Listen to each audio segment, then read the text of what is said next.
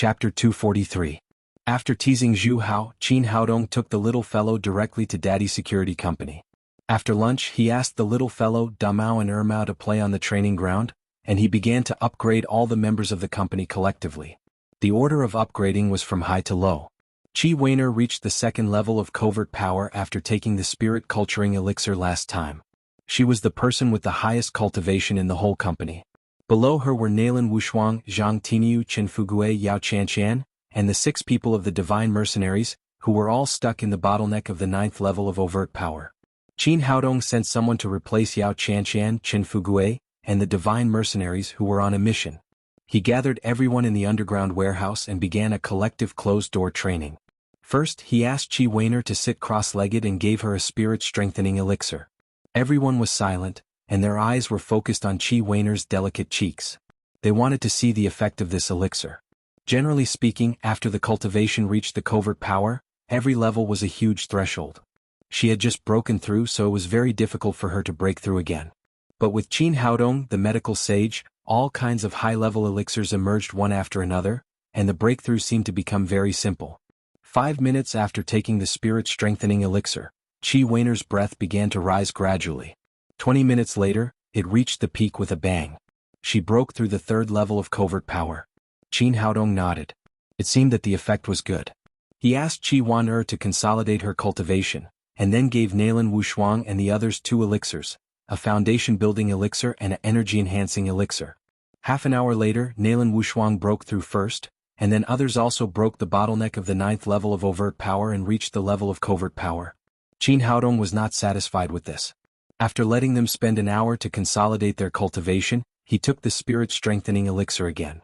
Originally, this kind of continuous breakthrough was very risky, but with the protection of Emperor Greenwood, there was no possibility of Qigong deviation.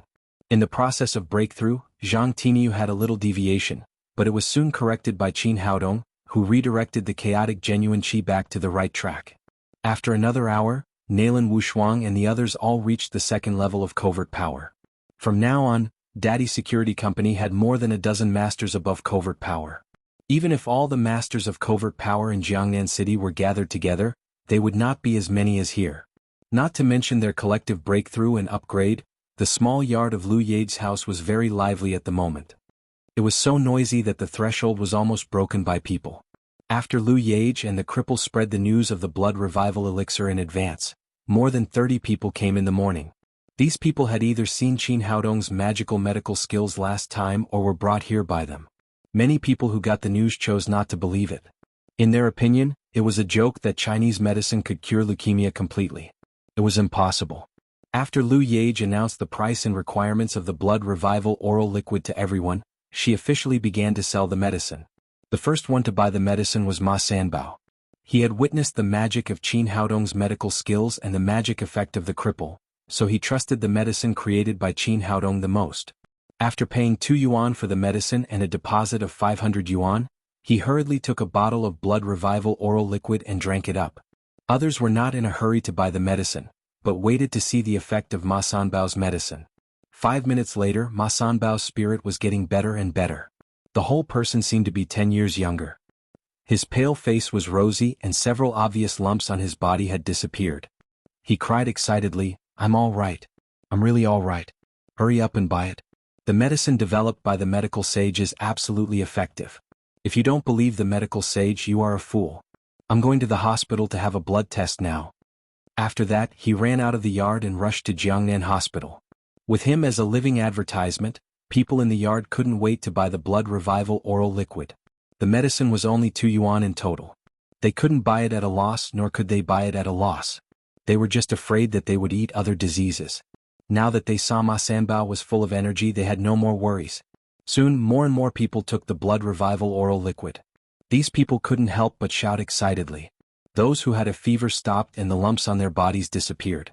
Those who had been weak were now full of vigor. Everyone rushed to the hospital to have a blood test. On the way, they took out their mobile phones to call their friends.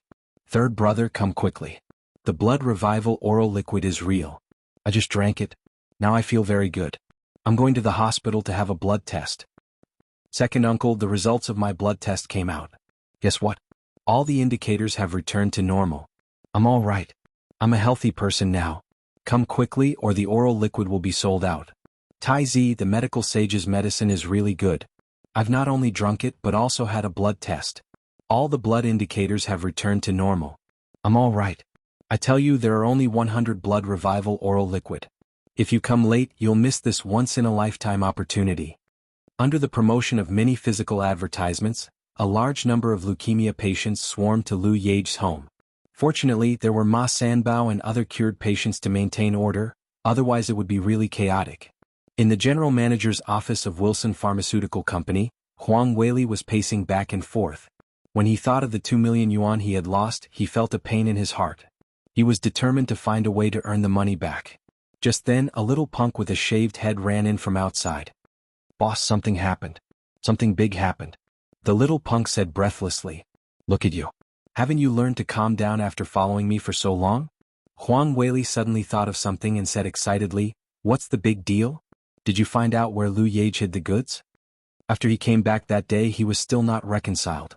He had arranged several little punks to take turns to keep an eye on the vicinity of Lu Yage's home. As long as they found something, they would report to him immediately. "No, it's not about the goods." The little punk's breathing finally calmed down a little. "Then what the fuck is the big deal?" Huang Weili said with a disappointed face. He now dreamed of being able to find out Lu Yage's goods and then receive a bonus from the headquarters to make up for the 2 million yuan he had lost. "Boss, Lu Yage's family is selling medicine." Huang Weili said angrily, "Are you out of your mind? You say there is no news and now you say you are selling medicine. Do you have medicine or not?" The little punk said, "Boss, I don't mean that. Lu Yage is selling a kind of traditional Chinese medicine that can cure leukemia." Huang Weili looked at the little punk with disdain and said, "Are you drunk? How could he spout such nonsense? Leukemia can't be cured in the world. How can there be a cure?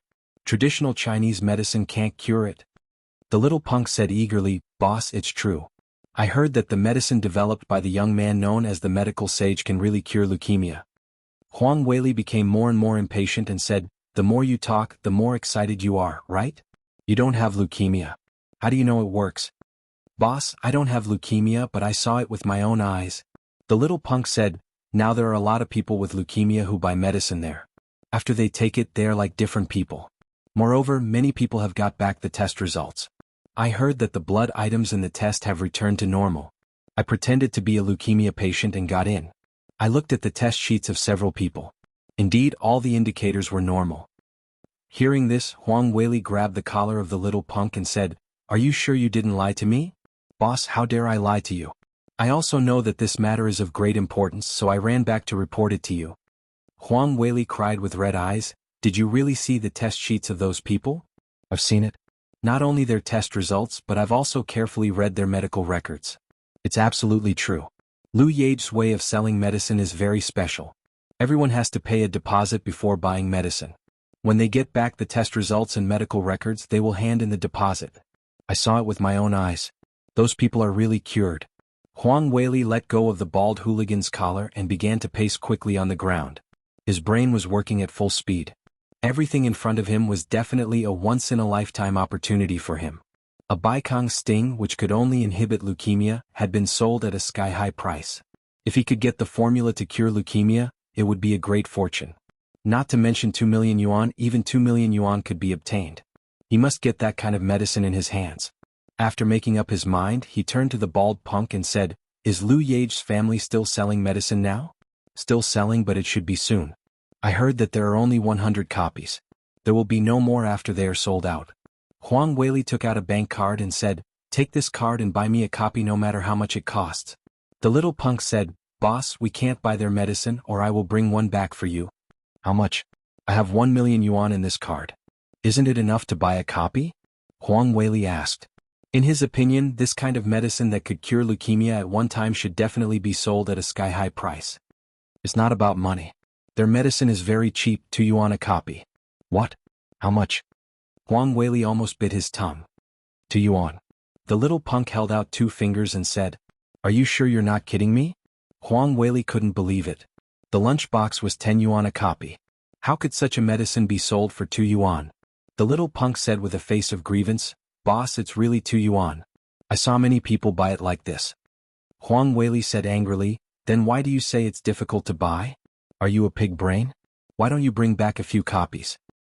Boss, it's not about money. The little punk said, they ask everyone to take out their own leukemia cases and drink it on the spot. No one is allowed to take it away. That's it. Huang Weili thought for a moment and said, no matter what, you have to get me a copy of that medicine. As long as you get one copy, I will reward you 20,000 yuan. Hearing the 20,000 yuan bonus, the little punk's eyes lit up, but then he said disappointedly, boss, I really can't buy it. I don't have a leukemia case and people ask to drink it on the spot. I'm not allowed to take it back unless I rob it. Then let's go rob them. Anyway, you have to get it back for me or get out of here. Huang Weili said, if you can't do it alone, call a few more people. I don't care what you do, you have to get me a copy of the medicine. Okay boss, I'm going. The little punk left the general manager's office, then called a few associates and hurried to Lu Yage's home. Chapter 244. In Lu Yage's home, the sales of the blood revival oral liquid in the morning were not too hot. At the beginning, everyone was in a wait-and-see state, so only 30 or 40 bottles were sold in the morning. But as more and more people got the blood test reports, leukemia patients who got the news swarmed in. After noon, the whole small courtyard was full. Fortunately, Ma Sanbao, the lame man, and others did not leave.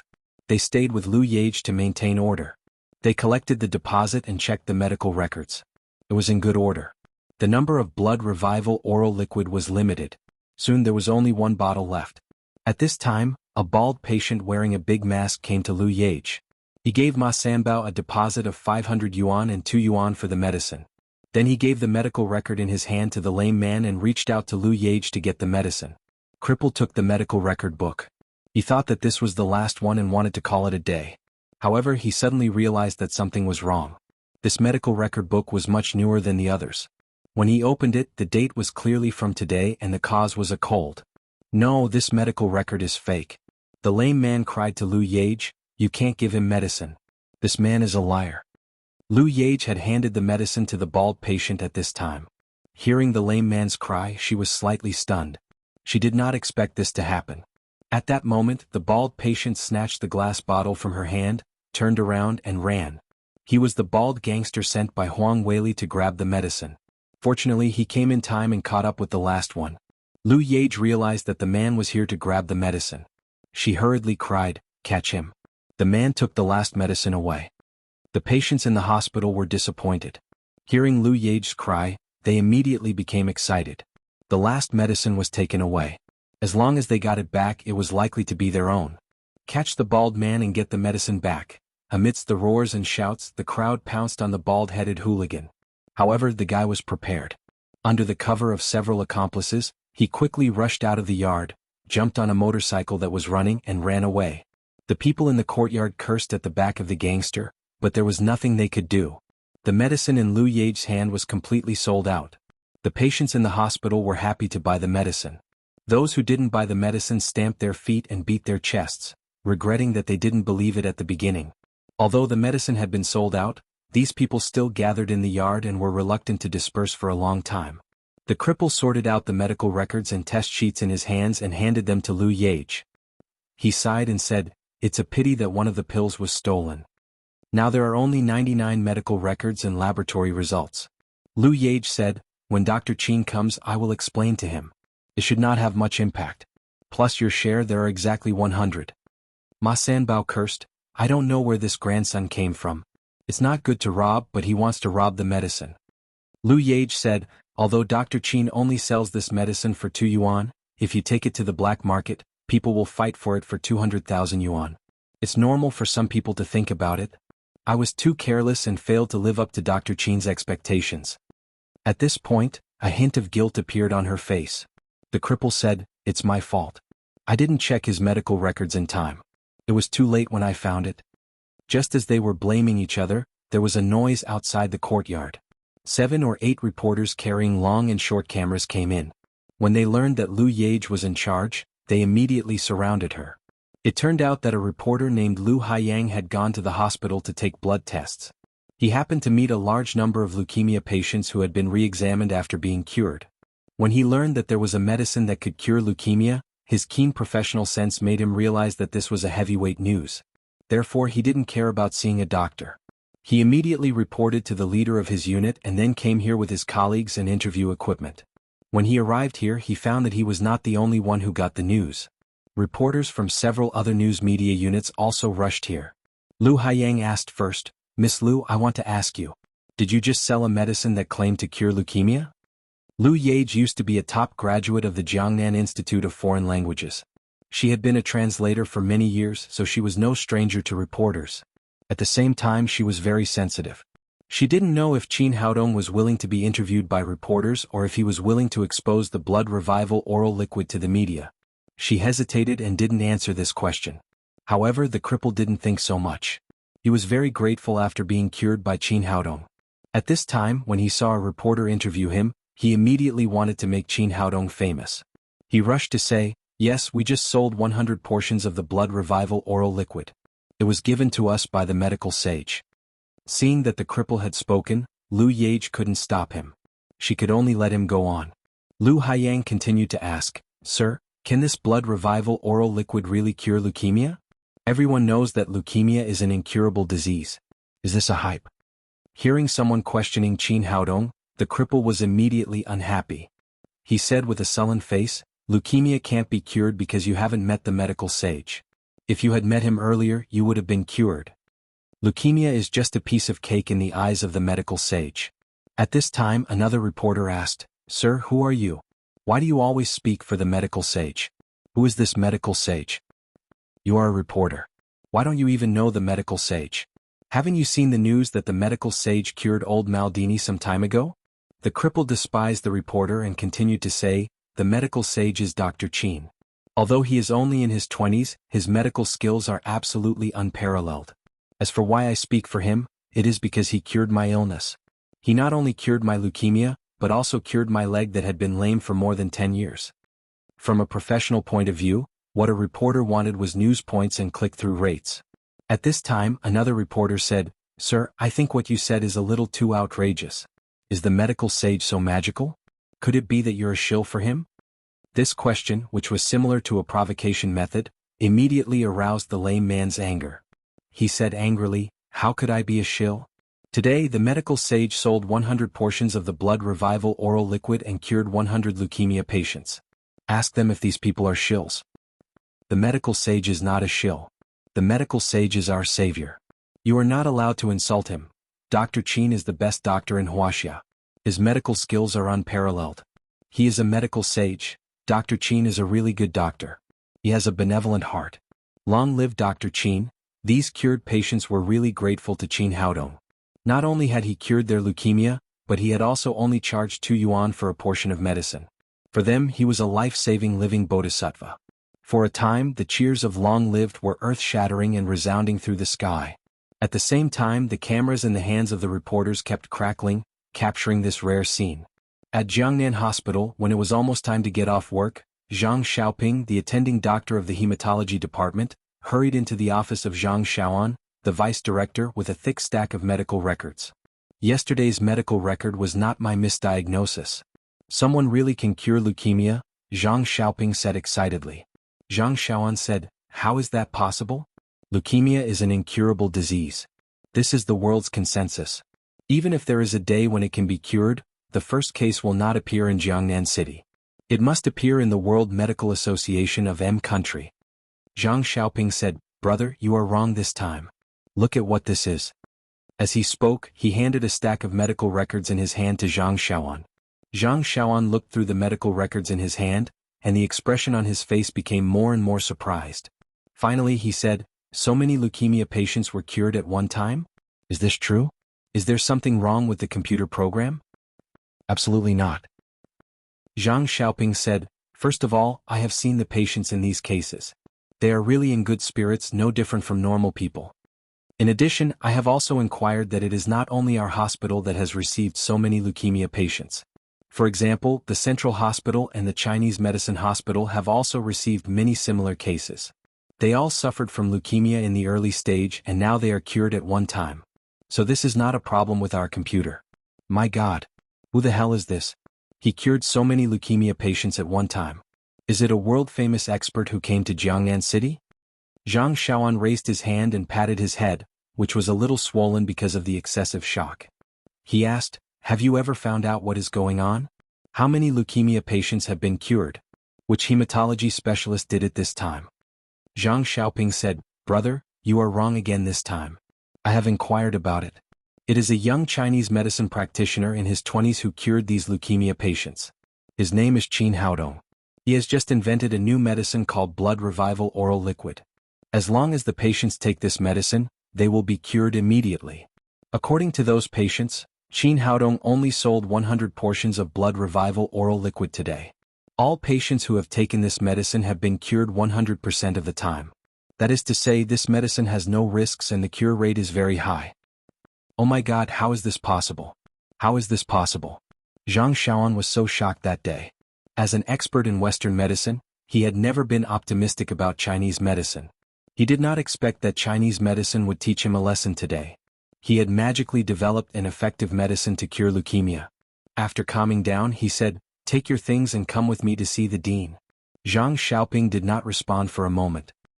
He asked in astonishment, "Brother, is it necessary to report this to the dean?" Zhang Xiaoan said, "Are you stupid? Don't you see how important this is? As long as we can invite the doctor named Qin Haodong to our hospital, or buy his formula and apply for a patent, then our Jiangnan hospital will develop from then on. We can become the world's top hospital by treating leukemia patients alone." Yes, why didn't I think of that? Zhang Xiaoping patted his head and said, "Brother, you can be the deputy dean, and I can only be an attending doctor. I really don't have a big picture." After that, they hurried to the office of Dean Wenchangjiang. After listening to their introduction, Dean Wenchangjiang looked at the stack of medical records and then let out a long sigh. Zhang Xiaoan asked in confusion, "Dean, why are you sighing?" "I think this is a good opportunity. If we can invite Qin Haodong to our hospital or buy the patent right of his formula, our hospital will go up several steps and become the first-class hospital in Wuxia and even the world's top hospital." When Changjiang said, "You two don't know yet. Qin Haodong was an intern in our hospital, but I fired him later." Chapter 245. An intern? And he was fired? Zhang Xiaoan and Zhang Xiaoping opened their mouths in surprise. They didn't expect that this great man who could develop a magic medicine to cure leukemia used to be an intern in their hospital and was eventually kicked out by the director. But how could such a rare talent be fired? Qin Haodong was not in their department when he was an intern, and the firing of a small intern would not cause too much impact, so they didn't know. When Changjiang sighed again and briefly told them what had happened to Qin Haodong in Jiangnan Hospital. Finally, he said bitterly, "It's all that bastard Ma Guoqiang's fault. Otherwise, how could a medical genius like Qin Haodong leave our hospital?" At this time he regretted it very much. If he had kept Qin Haodong in his hospital, it would have been easy to get the formula. Only then did the Zhang brothers know why Ma Guoqiang, who had once been very popular, had lost the title of chief physician. It turned out that this was the root cause. Zhang Xiaoan said, "Director, anyway we are still familiar with Qin Haodong and it has been so long. If we invite him and give him a higher salary, maybe he will come back." Zhang Xiaoping said, "Yes, director. Even if he doesn't come back, we can spend money to buy the patent of the formula." When Changjiang said, "You're right. For the development of Jiangnan Hospital, we have to work hard anyway." Then he took out his mobile phone and began to dial Qin Haodong's phone number. Last time Qin Haodong's surgery cured old Maldini's tumor, he realized that this young man had a promising future. He asked Pan Gaofeng, the director of the sanitary bureau, for Qin Haodong's phone number. It came in handy today. However, after a long time the signal on the phone could not be connected. "What's wrong, director? Can't you get through?" Zhang Xiaoan asked. "The signal can't be connected. Maybe he turned off his phone." When Changjiang didn't know that Qin Haodong was with his men to upgrade. His phone had been put into the storage ring. Zhang Xiaoping said, "Director, is it possible that he knows that many people will look for him after the blood revival oral liquid comes out, so he deliberately hides?" "It's possible." When Changjiang thought for a moment and said, "Qin Haodong is now working in Lin's group. Let's go to Lin's group tomorrow morning and talk to him face to face." At the same time, Jiangnan Central Hospital and Jiangnan Chinese Medicine Hospital were also urgently discussing the issue of the blood revival oral liquid. They wanted to talk with Qin Haodong about the patent purchase as soon as possible, but they couldn't find him. Near dusk, in the Daddy Security Company, Qin Haodong helped Nailan Wushuang and the others improve their cultivation and walked out of the basement. He did not know that he had caused a great shock in Jiangnan City. He took out a large bag of big spirit culturing pills and gave it to Zhang Tiniu, asking him to distribute them to the employees of the company one by one to further improve the cultivation of each security guard. Zhang Tiniu secretly sighed in his heart. He had really chosen the right boss. Elixirs that could improve cultivation could be sold at a sky-high price and even set off a bloody storm in Jianghu, but Qin Haodong gave them to them as if they were beans. Then, Qin Haodong took out some energy-increasing elixirs and big strengthening elixirs and sent them to Ma Wenjue in Shanghai. He had just arranged things when Ma Wenjue called. After answering the phone, Qin Haodong said, "How is it? Are you having a good time in Shanghai?" "Of course it's good. Who do you think brother Ma is?" Ma Wenjue said excitedly, "Dongzi, I'm now at the second level of covert power. Am I powerful? Have you already suppressed Wanner and become the #1 expert in our company?" He often said that he was the #1 master in the world, but he also knew that it was just a joke. However, being the #1 master in the Daddy Security Company had always been his ambition. Therefore, after arriving in Shanghai, he seized all the time to practice. Coupled with his Kailan holy body, his cultivation made rapid progress and he had just reached the second level of covert power. This guy was so excited. After stabilizing his cultivation a little, he immediately called Qin Haodong and wanted to show off. Qin Haodong said, "You mean Wan'er? She has just reached the third level of covert power." Ma Wenjue had just taken a sip of water, but he spat it out and exclaimed, "What? How is that possible? Are you lying to me? Why is it impossible? Just now, Wu Shuang, the divine mercenaries, Zhang Tiniu, and Qin Fugui have all reached the first level of covert power, so you have to hurry up and practice, or you are likely to be the worst in our company." Qin Haodong didn't hesitate to attack Ma Wenjue.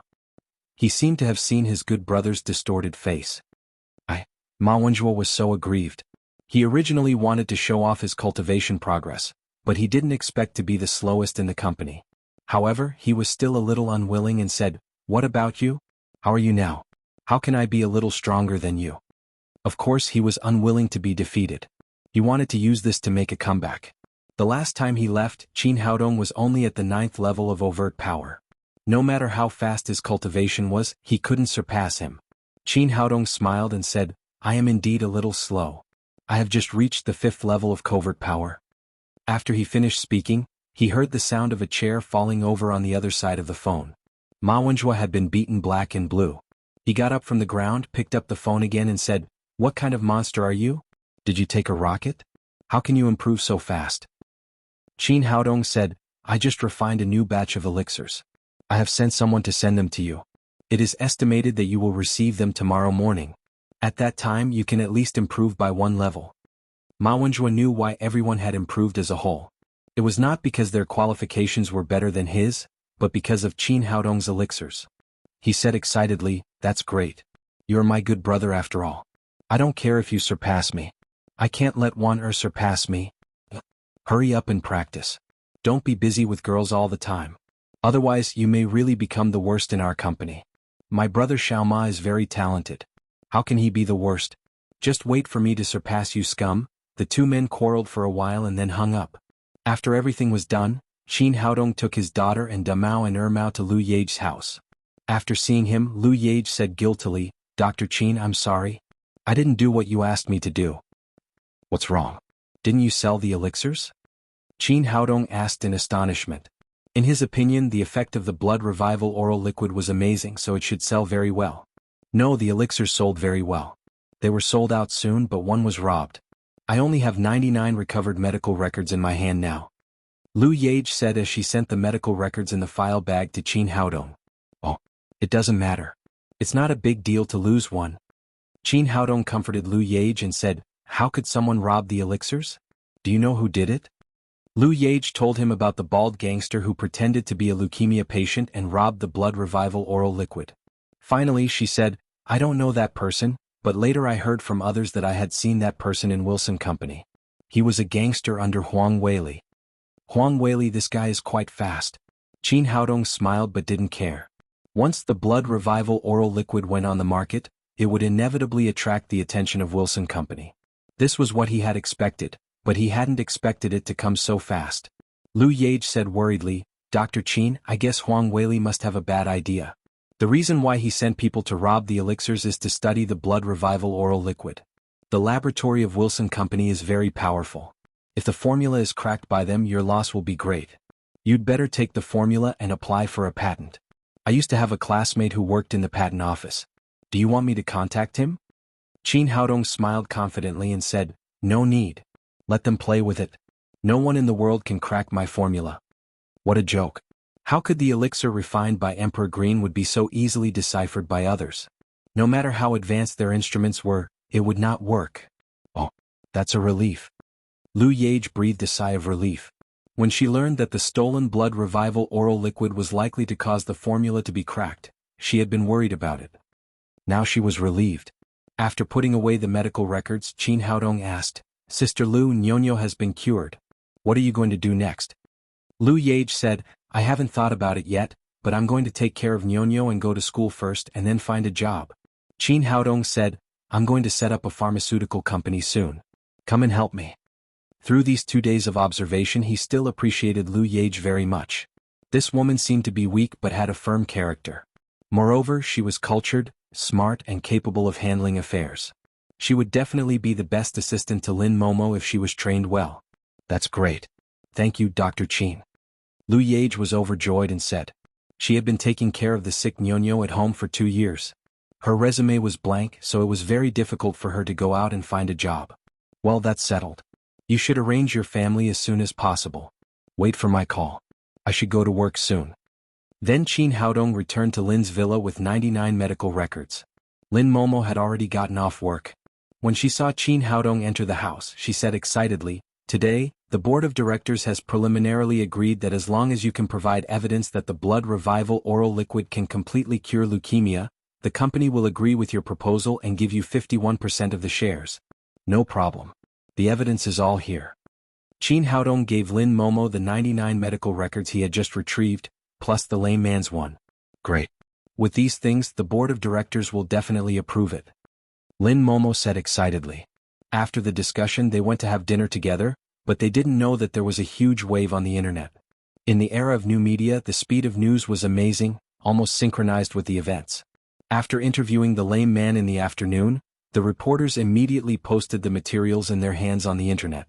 They all raced against time to beat other colleagues and win the first time to break the news. The medical sage has made a move again. He has miraculously cured leukemia patients, benefiting Wuxia. Chinese medicine shines again. Leukemia patients can be completely cured, creating the first miracle in the world of medicine. The blood revival oral liquid can completely cure leukemia. It only costs 2 yuan each. The doctor's benevolence illuminates people's hearts. For a time, similar news dominated the headlines of major media websites. Then, some patients who had been cured came forward to talk about their personal experiences of being cured by the blood revival oral liquid. At the same time, they expressed their infinite worship and admiration for Qin Haodong, the medical sage. His photos could be seen everywhere on major websites. However, soon there were voices of opposition. All kinds of posts questioning Qin Haodong's falsification emerged like bamboo shoots after a rain. Chapter 246. The declining traditional Chinese medicine is so shameless that it made up fake news about the cure of leukemia. Leukemia is an unconquerable problem in the world. Do you believe it? I don't believe it. A young Chinese medicine practitioner calls himself a medical sage and spends money to hype up the cure of leukemia. Where is his bottom line? After these posts came out, they immediately aroused strong opposition from the supporters of traditional Chinese medicine and the patients who were cured by Qin Haodong. From the beginning to the end, both sides attacked each other and cursed each other. They quarreled on the internet. Zhu Hao and his 6 bodyguards were taken to the police station by the police. Finally, they used a lot of connections to get away. It was already dark when they put on the clothes sent by the women. Toy boy, just wait and see. I'll teach you a lesson. After cursing Qin Haodong 10,001 times, Zhu Hao stepped into the house. When he entered the house, his father, Zhu Baiwen, the director of the drug administration, was sitting on the leather sofa in the living room, looking at a laptop. Seeing Zhu Hao enter the door, Zhu Baiwen scolded him, "Where have you been? You're not a child anymore. Can't you do something serious? Don't just eat, drink, gamble and play with women all day long." Zhu Hao was full of anger and immediately said angrily, "Why don't I do something serious? You've made so much money. Who else should you spend it on if not me? Besides, I've made a lot of money for you these years." Zhu Baiwen said angrily, "If it weren't for me, who would give you money? Zhu Hao said stiffly, so what? If I wasn't the middleman, would you dare to accept the money directly? You. Zhu Baiwen was rendered speechless by his son. He then pointed to the laptop and said, look at him. He's also in his 20s, but he actually developed a new drug that can cure leukemia. You're almost 30. What else can you do besides spending money and causing trouble? Zhu Hao said indifferently, so what if he's good? Is he your son? I'll take care of you when you die. After that, he sat down beside Zhu Baiwen, grabbed an apple on the tea table and ate it in big mouthfuls. Zhu Baiwen couldn't do anything about this good-for-nothing son of his. He shook his head and continued to browse his web page. Zhu Hao ate the apple and glanced at the computer screen carelessly. Suddenly, his expression froze and he exclaimed, don't move. Let me have a look. He took the laptop from Zhu Baiwen, opened the page and saw Qin Haodong's photo on it. Isn't he F*King taking care of his gigolo today? Zhu Hao browsed through the contents of the web page again. It turned out that this was the person who had invented the new leukemia drug that his father had just mentioned. Zhu Baiwen asked, what's wrong? You know Qin Haodong? Let me tell you, this young man is extraordinary. If you know him, you must be as close to him as possible. In the future you will definitely benefit from him. Close my ass. Zhu Hao said angrily, I have a grudge against him and I'm looking for him everywhere. Zhu Baiwen said, he is the medical sage who can cure leukemia. How did he offend you? Bullsh**t, Zhu Hao said, don't think that I don't know. Leukemia is King terminal disease. Who can cure it? This must be fake news. Don't you see that so many people are scolding him for hype? Zhu Baiwen said, nonsense. I have already investigated and verified with the hospital. Those patients have indeed been cured, and all the examination indicators have returned to normal. Don't doubt others if you can't do it yourself. Is what you said true? Zhu Hao said with his eyes wide open. Of course it's true. I don't have time to joke with you. Zhu Hao said excitedly, old man, if we get this medicine that can cure leukemia, won't we be rich? When we get the money we can go abroad. You don't have to worry about the money all day. Zhu Baiwen glared at him and said, the prescription for leukemia is a treasure bowl. If you can get it, of course you will be rich. But how can he give it to you? Don't worry about that. I have a way. I'll go to that guy tomorrow and make him hand over the formula. In the past, relying on the power in Zhu Baiwen's hands, Zhu Hao had done a lot of extortion, so in his opinion, it was not difficult to get the prescription for leukemia from Qin Haodong. Zhu Baiwen said, boy, don't mess around. If something happens, it will be troublesome. Zhu Hao said confidently, don't worry, I know what to do. Nothing has happened for a long time. In a luxurious villa, a middle-aged man was sitting on the sofa, staring at the computer screen in front of him. At this time, the door opened and a gloomy young man came in. He said to the middle-aged man, Father, I have already asked my friends in the hospital. The news is true. That guy really developed a traditional Chinese medicine that can cure leukemia. It is called the Blood Revival Oral Liquid. A total of 99 bottles of Blood Revival Oral Liquid were sold today. All the leukemia patients who have taken this medicine have all recovered to normal levels. That is to say, they are all cured. The middle-aged man leaned his head on the sofa and said, it's really a surprise that someone can really develop a medicine that can cure leukemia completely. He was Luo Jin, the head of Luo's pharmaceutical company in Jiangnan, and the young man was his son, Luo Qingming. Luo Jin and his son were also famous figures in the medical industry in Jiangnan. 3 years ago, they had led Luo's pharmaceutical company to be listed in M country and become the only listed pharmaceutical company in Jiangnan city. They were the leaders of the industry. Luo Qingming said, we used to look down on traditional Chinese medicine. I didn't expect it to give us such a big surprise. We can really overcome the difficulty of leukemia with some grass roots, bark and rotten leaves. A good cat is a good cat that can catch mice. It doesn't matter whether it's traditional Chinese medicine or Western medicine. It can cure diseases and make money for us.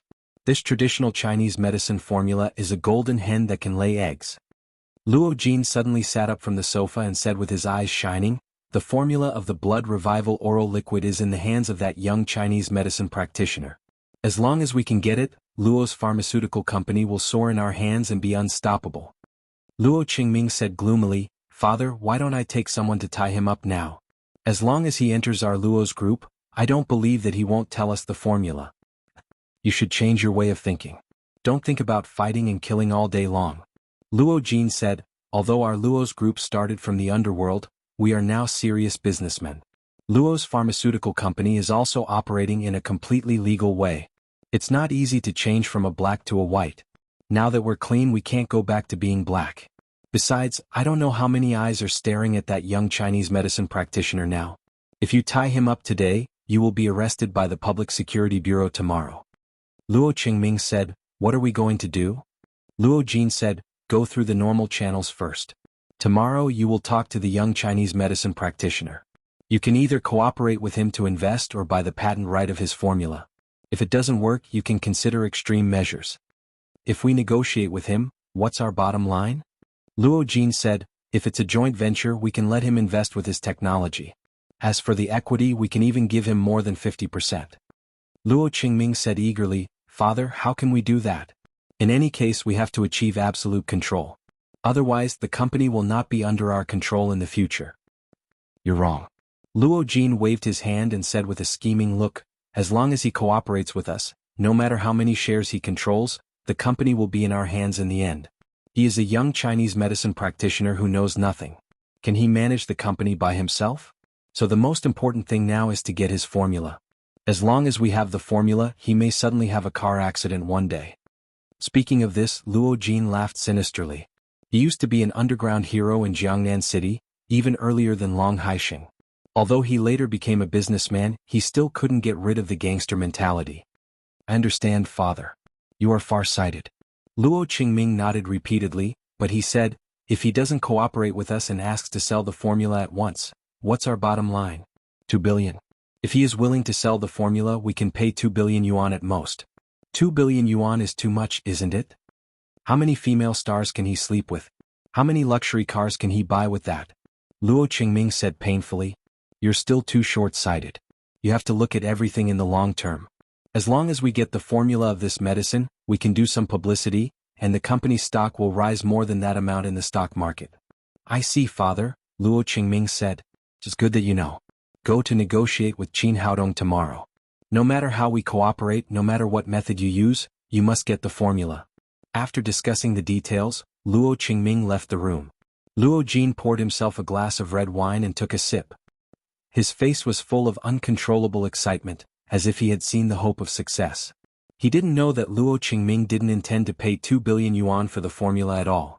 In Luo Qingming's opinion, since he could get the formula by other means, why should he pay for it? In any case, he couldn't give up such a large sum of money. In the Jiangnan branch of Wilson Company, a middle-aged fat man in a white coat stood in front of Huang Weili. He was Dr. Jiang Tao, the chief researcher of the company's laboratory. Huang Weili asked expectantly, "Dr. Jiang, I heard that the test results of the liquid have come out. How is it? Can you decipher the formula?" Jiang Tao waved his hand and said, "I don't know what you're going to do with this thing.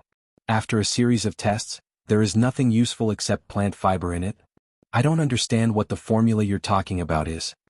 At first, Huang Weili didn't tell Jiang Tao what the test was for in order to keep it a secret. Now he had to say it, so he said, "Dr. Jiang, to tell you the truth, this is a medicine that can cure leukemia. It's called Blood Revival Oral Liquid. If we can decipher its formula, the head office will reward us." "Can this green liquid, which is all plant fiber, cure leukemia? Are you kidding me?" Jiang Tao said disdainfully, "Leukemia is an incurable disease. There is no cure at all. Even if this problem can be overcome in the future, it won't appear in Wuxia. Manager Huang, I'm very busy. I hope you won't disturb my work with such boring things." Huang Weili quickly said, "Dr. Jiang, what I said is true. This liquid is really effective. It has cured many leukemia patients." However, Jiang Tao completely sneered at his words. "Manager Huang, I'm really busy. I don't have time to waste on you." After that, Jiang Tao turned around and went back to the laboratory, leaving Huang Weili stamping his feet in anger. Chapter 247. He walked around on the ground twice. It was as if he had found a treasure house, but he couldn't find the key. The effect of the Blood Revival oral liquid had been verified in practice, so there was no problem. Since the researchers here couldn't crack the formula, he could only hand it over to the headquarters. In any case, as long as the Blood Revival oral liquid could be produced in large quantities, he would get a big bonus.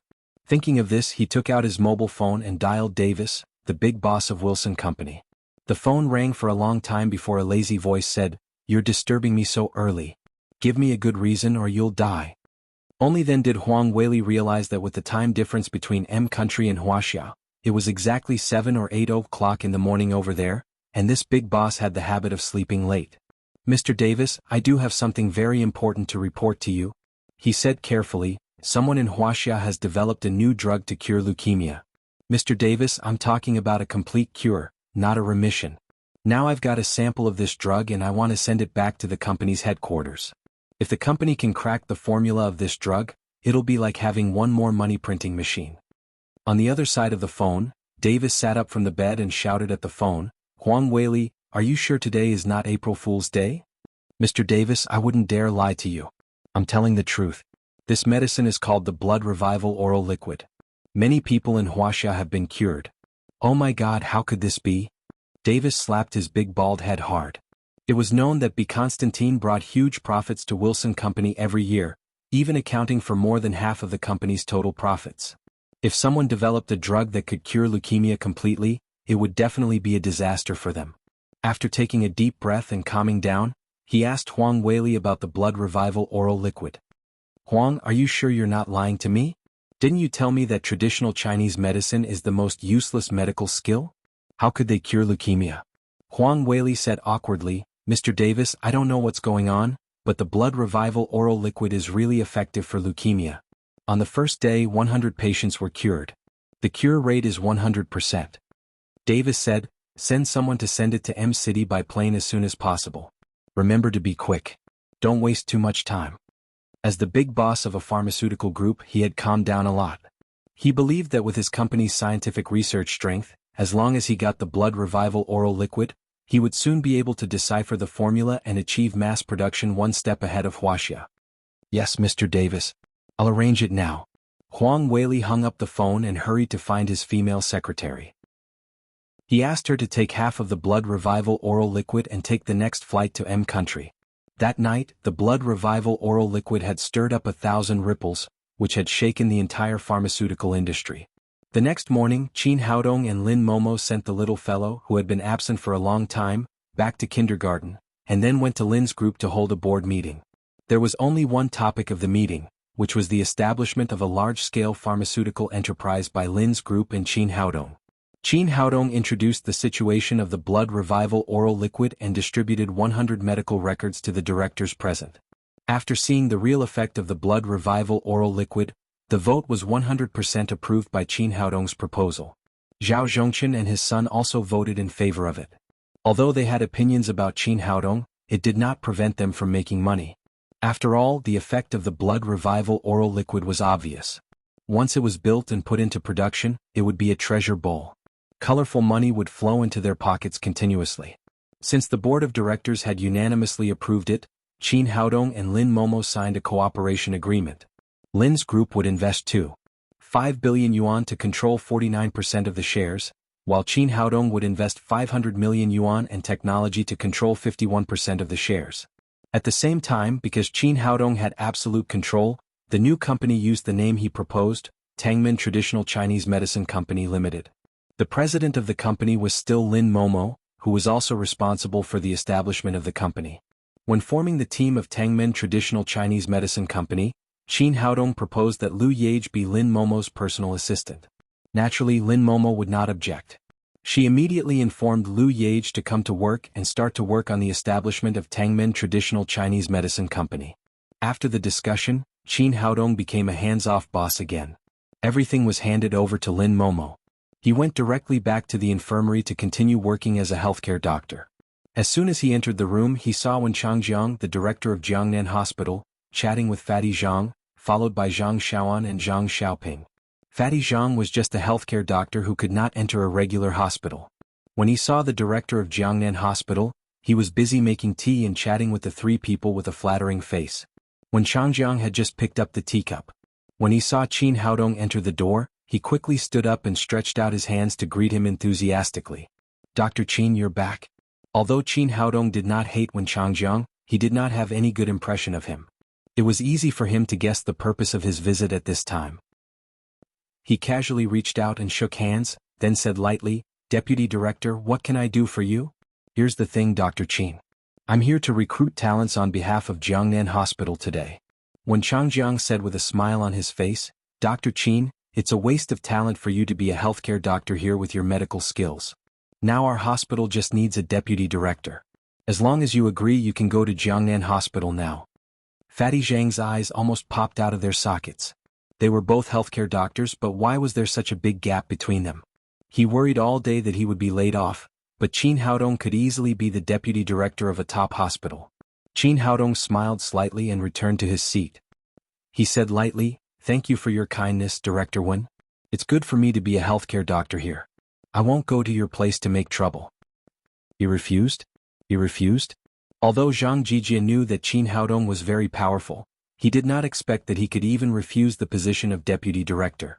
A college student who had not yet graduated did not even want to be a deputy director. Did he want to go to heaven? He was extremely indignant, but he could only take a cup to the side and drink silently. When Changjiang was slightly disappointed and said, "Dr. Qin, why don't you think about it again? The salary is negotiable." Qin Haodong said, "Director Wen, I guess you didn't come here today to ask me to be the deputy director. If you have something to say, just say it. Everyone is very busy. Don't beat around the bush. There may be more people coming later." When Changjiang smiled embarrassedly and said, "Dr. Qin is a straightforward person. I'll get straight to the point. I heard that you have developed a kind of blood revival oral liquid that can completely cure leukemia." Qin Haodong smiled slightly and said, "Yes, there is such a thing. I think Director Wen also knows that 100 patients took the blood revival oral liquid yesterday, and the cure rate reached 100%. When Changjiang said, "Dr. Qin, have you ever thought about cooperating with our hospital or selling your formula to us? The price is negotiable." Qin Haodong said, "Director Wen, you've got the wrong person. I want to develop this medicine not to make money, but to relieve the pain of more than 4 million leukemia patients in Wuxia, so I don't intend to sell this formula." Zhang Shaoan couldn't help saying, "Oh, then we can cooperate. Our Jiangnan hospital is strong. If we join forces, we will definitely benefit more patients." Qin Haodong picked up the agreement that had just been signed and said, "Director Wen, Deputy Director Zhang, I'm really sorry. You're late. I've just signed a cooperation agreement with Lin's group. I'll set up a Tangmin traditional Chinese medicine company under my name. I'll immediately mass-produce the blood revival oral liquid." When Changjiang was disappointed. Qin Haodong had already cooperated with Lin's group, so they had no chance at all. "Well, Dr. Qin, if you have any good formulas in the future, you must think of our Jiangnan hospital." Then when Changjiang left the infirmary with the Zhang brothers. As soon as they left, the director of Jiangnan Hospital of Chinese Medicine came in with his assistant. Their purpose was exactly the same as when Changjiang's. They both came for the blood revival oral liquid. As a result, like when Changjiang, the director of the Chinese Medicine Hospital, also left disappointed. Later, the director of the Central Hospital and the heads of several other hospitals came, but they all left disappointed. Qin Haodong calculated that all the famous hospitals in Jiangnan City had been there. He thought that it would be quiet next. Unexpectedly, the door opened and a gloomy young man came in. "Who is Qin Haodong?" Luo Qingming asked arrogantly. "I am. What can I do for you?" Qin Haodong glanced at him and said, "I am Luo Qingming, the general manager of Luo's pharmaceutical company." After Luo Qingming finished speaking, he thought that Qin Haodong would look up to him because of the reputation of Luo's pharmaceutical company. At least he would welcome him warmly. However, after waiting for a long time, Qin Haodong still looked at him indifferently. "Haven't you heard of Luo's pharmaceutical company?" Luo Qingming asked angrily. "So what if I've heard of it? I've heard of Bill Gates. Does it have anything to do with me? Besides, I've never heard of Luo's pharmaceutical company." "You." Luo Qingming almost choked. "Why did you say so much if you hadn't heard of it?" Before he could catch his breath, Qin Haodong said again, "If you have something to say it quickly. Then leave quickly." Qin Haodong had never liked this kind of arrogant rich second generation. Moreover, when he heard the name of Luo's pharmaceutical company, he knew that they had come for the blood revival oral liquid. There was nothing to talk about. It would be a waste of time to say more. "Well, I'll get straight to the point." Luo Qingming took out his checkbook and wrote a check for 1 million yuan. Then he put it on Qin Haodong's table and said, "This is 1 million yuan. Sell me the formula of the blood revival oral liquid." Luo Qing had already thought about it on the way here. Cooperation was too troublesome. The other party was just a college student who had not yet graduated. With the reputation of Luo's group, he would be scared immediately. As long as he gave him some money, he would hand over the formula. Therefore, he neither talked about cooperation nor quoted the 2 billion yuan that Luo Jin had mentioned. He directly gave 1 million yuan and wanted to leave with the formula. Qin Haodong picked up the check and looked at it. Then he looked up at Luo Qingming as if he were looking at an idiot. Luo Qingming was very unhappy and said angrily, "Why are you looking at me like that? Didn't you hear me?" Qin Haodong directly tore the check into pieces and said, "Go out and turn left for 10 kilometers. That's the Jiangnan Psychiatric Hospital. If you're sick, see a doctor quickly. Remember, don't stop taking medicine." This guy wanted to buy a formula that was worth billions with 1 million yuan. Wasn't he stupid? What was stupid? He really didn't know how he became the general manager of Luo's group. Chapter 248. Who the F***ck are you talking about? Luo Qingming was almost driven mad. He was a veritable rich second generation, and Luo's group started from the underworld. Therefore people looked up to him, respected and feared him wherever he went. But now he was regarded as a psychopath by Qin Haodong. He shouted at Qin Haodong furiously, "Boy, don't think you're great just because you have a formula. If you offend our Luo's group, your formula will be a piece of waste paper. You can't do anything." Qin Haodong said coldly, "What I do has nothing to do with you. Get out of here. Boy, you're looking for death." Luo Qingming said aggressively, "Why don't you find out how our Luo's group started? If you don't give me the formula today, I promise you won't see the sun tomorrow." Qin Haodong didn't want to talk nonsense with such a person. He shouted to the door, "Saber, come in." So many people had come here today. If Saber hadn't been waiting outside, he wouldn't have been able to do anything. Sure enough, as soon as the door opened, Saber came in from outside. "Boss, what can I do for you?" Qin Haodong raised his hand and pointed at Luo Qingming. "Strip this idiot and throw him out." "How dare you? I think you don't want to live. If anyone dares to touch me, I promise you won't see the sun tomorrow." Luo Qingming put on the prestige of the son of an official and a gangster, looking full of momentum. If it had been an ordinary person he might have been frightened by him, but Saber had seen all kinds of big shots. How could he be frightened by a small fish like him? He stepped forward and slapped him to the ground. "Bastard, how dare you hit me?" Luo Qingming had also learned Sanda, Taekwondo and so on for a few days. He originally wanted to resist, but his little kung fu was nothing in front of the Saber. Soon his clothes were torn to pieces and he was naked. "You've gone too far." Luo Qingming was used to being arrogant outside. He thought that he could do whatever he wanted with the reputation of Luo's group, so he didn't even bring a bodyguard. He never dreamed that this would happen. He squatted on the ground with his arms crossed.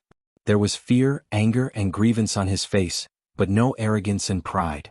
He still couldn't figure out why Qin Haodong, a college student, dared to be so rude to him. In fact, Luo Qingming was a spoiled child. He had been used to being arrogant under Luo Jin's halo since he was a child. As long as he wanted something, he could easily get it with the financial resources of the Luo family or their hidden underground strength. Because of this, when he learned that Qin Haodong was just a college student, he didn't investigate further. He didn't know that Qin Haodong was Lin Momo's boyfriend and the big boss of Daddy's security company. He went to Lin's group to ask for the formula and did such a stupid thing. In the beginning, he had thought that he would be able to get the formula back with just $1 million and let Luo Jin admire his abilities. He didn't think that not only would he not get the formula, he would also lose his clothes. Qin Haodong said discontentedly, "Saber, what did you do? If I tell you to strip him naked, then strip him naked. No matter what, you have to leave a pair of shorts. Don't you see that there are so many female colleagues in our company? Wouldn't it hurt their self-esteem if they saw his toothpicks?" "I'm sorry, boss.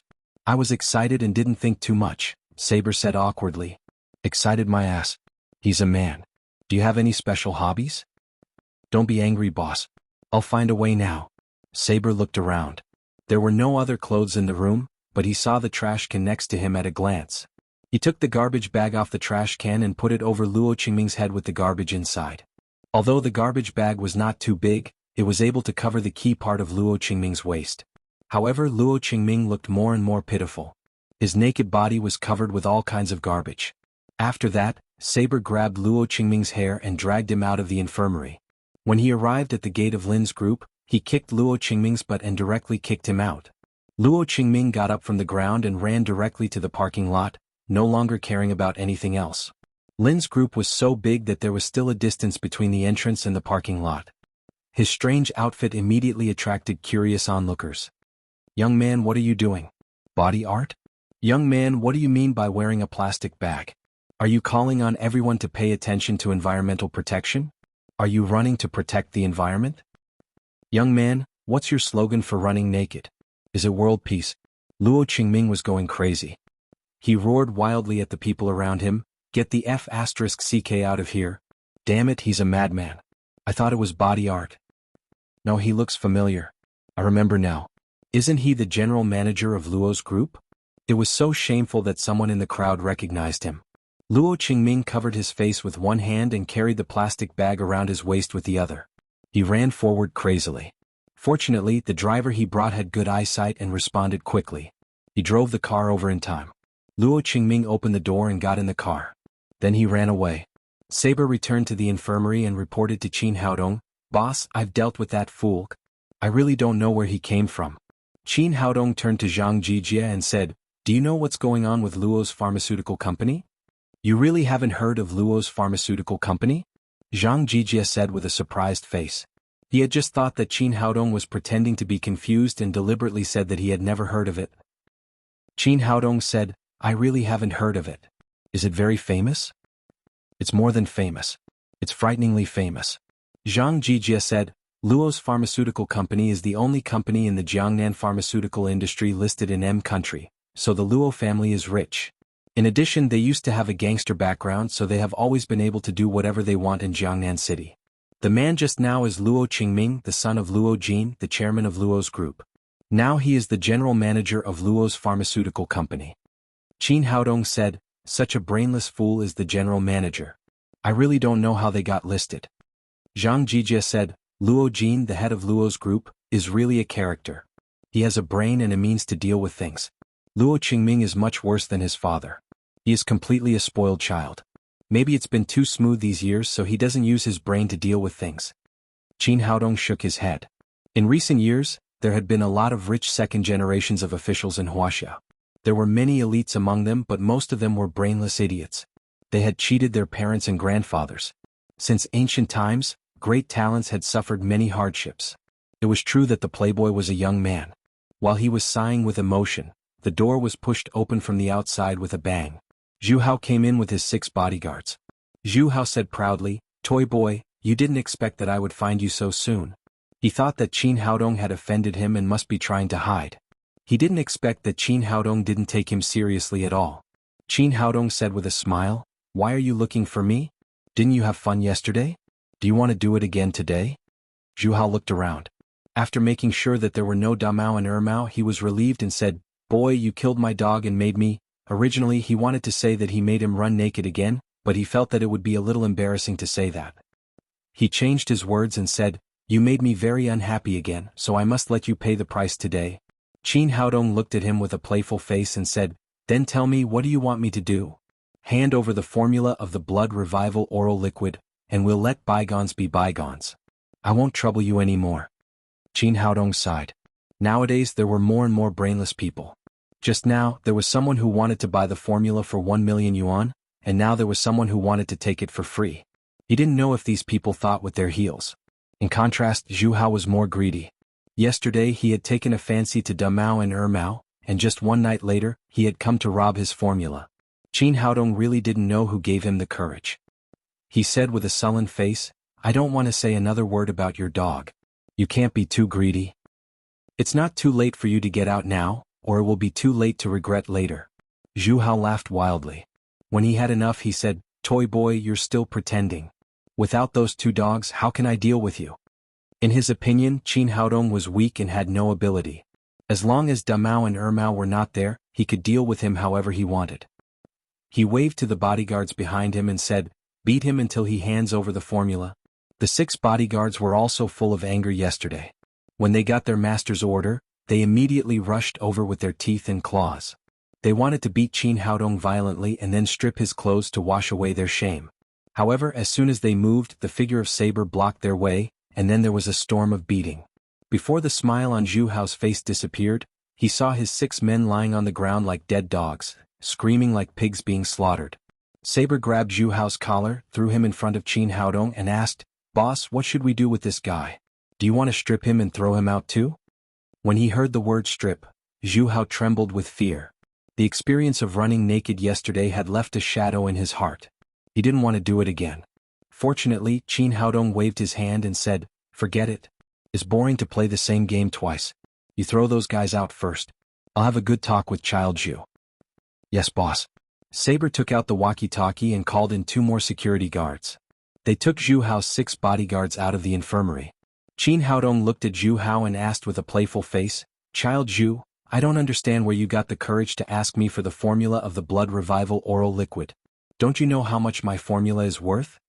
When it came to the formula, Zhu Hao seemed to have confidence again.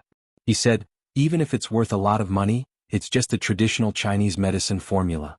Do you know who my father is? My father is the director of the Drug Administration. If you offend me, no matter how good the formula is, it can't be put into production. If I'm right, there must be a lot of people who want to cooperate with you to produce the medicine. However, if the medicine can't get the batch number, it can't be sold on the market. Then, no matter how much money you invest, it will be in vain." Qin Haodong looked at him and said, "Do you mean that as long as I offend you, the medicine can't be approved?" "Of course. I told you that my father is the director of the Drug Administration. He has the power to approve the medicine." Zhu Hao's face was full of pride again. Anyway, as long as Qin Haodong wanted to make a living in the field of medicine, he couldn't escape the palm of Child Zhu's hand. He said, "Well, let's take a step back. I don't want your formula. You give me 500 million yuan, and I'll help you get the approval of the medicine. Then I won't pursue the past. What do you think? It's a good deal, right?" Chapter 249. The smile on Qin Haodong's face disappeared. This guy was really greedy. He didn't even do anything and just asked for 500 million yuan. He said in a cold voice, "The formula is mine. Why should I pay you?" "Because my father is the director of the Drug Administration." Zhu Hao said confidently, "Don't think I'm scaring you. Have you heard of Changhe Pharmaceutical Company? You offended my father because you didn't know what was good for you. Now you're gone, aren't you? Let me tell you, if you want to make a living in the pharmaceutical industry, you must have a good relationship with my family. Otherwise you won't even know how you died." Qin Haodong seemed to be scared by his words. He hesitated and asked, "You came here today to ask for money. Is it your idea or your father's?" Zhu Hao said proudly, "Is there a need to distinguish? I'm my father's only son. My idea is his idea. He will do whatever I want him to do." Qin Haodong said, "If I give you 500 million yuan, will there be any benefits?" "Of course there will be many benefits. Your medicine can get approved as soon as possible, and the Drug Administration will not trouble you in the future. You just need to make money with peace of mind." Qin Haodong said coldly, "That is to say, no matter what my medicine is like, whether it is qualified or not, as long as I pay the money, it will be approved, right?" Zhu Hao didn't notice the change in Qin Haodong's tone at all. He still said proudly, "Of course, it's not up to us to decide whether the medicine is qualified or not. Have you ever thought about what kind of harm this medicine will bring to people if it is put on the market?" Zhu Hao seemed to feel that something was wrong. He said impatiently, "Why are you talking so much? Just tell me whether you will pay or not." Qin Haodong said coldly, "I have the money but I won't give it to you." Zhu Hao didn't expect to get such a result. He said angrily, "Boy, are you kidding me? Get out of here or I'll ask someone to throw you down." Zhu Hao was shocked. This was the top floor. If he was really thrown down, he would become a meat pie. He shouted fiercely, "Boy, wait and see. One day you will beg me. At that time it will not be 500 million yuan, but 1 billion or 2 billion yuan." After that, he was afraid that Qin Haodong would get angry, so he quickly ran out of the infirmary. Qin Haodong looked at Zhu Hao's back with a gloomy expression. Zhu Hao's conduct must be similar to his father's. Such a parasite must be removed, otherwise it would definitely be a scourge to the common people. He turned around and asked Zhang Jijia, "Did you record everything?" "It's all recorded. This brat is too despicable. Brother, you must teach him a lesson." Zhang Jijia handed a memory card to Qin Haodong. He hadn't taken the pinhole camera he bought last time home. When he saw Qin Haodong's gesture, he immediately took it out and began to record Zhu Hao's face. Qin Haodong put away the memory card, but this thing alone could not bring down Zhu Hao's father. Even if he took it out, Zhu Baiwen could deny it and say that it had nothing to do with him. Thinking of this, he took out his phone and dialed Qi Weiner's number. "I want all the information on Zhu Baiwen, the director of the Drug Administration. The kind that can send him to prison for the rest of his life. I know you won't call me if you have nothing to do. Qi Weiner said bitterly, I can look up the information but not in vain. Invite me to dinner tomorrow night. Since Qi Weiner expressed her feelings last time, Qin Haodong had not figured out how to face this relationship. He was very afraid to be alone with her. But now it was too late to hide, so he could only bite the bullet and said, It's just a meal. No problem. Qi Weiner's mood was a little better. She said in a pleasant tone, Wait a minute. I'll send it to you when I'm done. About half an hour later she called back and said with a slight apology, Sorry, it took a little longer this time. This guy has done too many wicked things. By the way, I also checked his son. The information has been sent to your email. Thank you, Qin Haodong said. It was much easier to do things with such a top hacker as a helper. Verbal thanks are useless. Remember to invite me to dinner tomorrow. Qi Weiner hung up the phone after she finished speaking. Qin Haodong turned on the computer and checked his email. There were more than 100 pages of information found by Qi Weiner. After a brief glance, he knew that Zhu Hao was greedy for a reason. It turned out that his father was even more greedy. He had 16 properties, 9 lovers, 8 cars, and deposits in major banks amounted to 8 figures. However, this guy's means were really covert. There were only 2 properties in Jiangnan, and most of them were purchased in other cities. Only a computer expert like Qi Weiner could find them. Zhu Hao also had a lot of things. He acted as a tool for his father to accumulate money, asking for bribes everywhere. For those who refused to yield and bow their heads, Zhu Baiwen used his power to suppress them. There was once a medium-sized pharmaceutical company called Baishan Pharmaceutical. Because it offended the father and son of the Zhu family, it had to withdraw from the pharmaceutical market. At the same time, this guy also hired bodyguards to fight everywhere, bully men and women, and did a lot of wicked things. Qi Weiner's information was very detailed. There was a lot of evidence for everything. As long as these things were handed over to the relevant departments, they could directly investigate the responsibility without even an investigation. After reading it, Qin Haodong sneered. It seemed that the good days of the father and son of the Zhu family were coming to an end. In a small conference room, Zhu Baiwen was sitting opposite Li Changji at this time, reporting the work with a serious expression. He had been in the officialdom for many years, and the best thing was to cater to people's interests. He was very clear about what the great man in front of him cared about most. Merely, the best work of our drug administration is the honest work. From the beginning I have set an example. I will never take a penny from the enterprise. Everything is based on service. Just when he was talking with great enthusiasm, the door opened and Wang Rubing came in from the outside. Li Changji glanced at his secretary. Although it had only been more than 10 days, he was very satisfied with this calm and capable little girl. He was very clear that if there was nothing important, Wang Rubing would not disturb him when he was listening to the report. Merely, I just received some information. I think it is necessary to show it to you now. After Wang Rubing finished speaking, she put a thick stack of printed materials in front of Li Changji. Li Changji looked through it quickly. The more he read, the more gloomy his face became. Finally, his face was full of anger. Zhu Baiwen sat opposite him awkwardly. He didn't know whether he should continue the report or not. At the same time he was very surprised. He didn't know what Wang Rubing had brought. Why was Li Changji so angry after reading it? Just when he didn't know what to do, Li Changji slapped the materials in his hand in front of him and said sternly, You say one thing and do another. This is what you have done. Zhu Baiwen was shocked. Just a moment ago, this great god was still amiable and even very appreciative of his report. How did he suddenly become angry?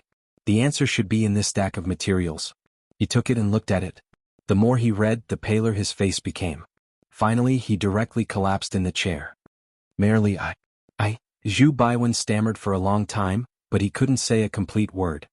He wanted to find a reason to defend himself and shirk his responsibility, but the information in front of him was so sufficient that he couldn't even find an excuse. He really couldn't understand. He had done a lot of things secretly. He didn't know how he had been found out. Did Li Changji use a special department to investigate him? Wang Rubing said again, Merely, here is the latest video. Then she turned on her mobile phone, and Zhu Hao's arrogant face appeared on the screen. What I mean is what my father means. If you want to make a living in the pharmaceutical industry, you can't offend us. Otherwise, you won't even know how you die. After watching this video, Zhu Baiwen finally knew how he had died. Now he wanted to catch Zhu Hao immediately and strangle this deceitful son. This idiot actually went to ask for the formula directly and even got recorded. He really wanted money so much that he went crazy. Li Changji said to Wang Rubing, call someone to take him away and inform the public security department. His son should also be arrested and dealt with according to the law. Zhu Baiwen's face was ashen. At this time his intestines were green with regret. Unfortunately, there was no medicine for regret in this world. If he had known this he wouldn't have done it. Soon he was handcuffed by the discipline inspection staff and taken out of the conference room. After leaving Lin's group, Zhu Hao hated Qin Haodong to the core. He immediately drove to the drug administration to find his father. He must let his father deal with such an ungrateful person. Qin Haodong dared to disrespect him. He was courting death.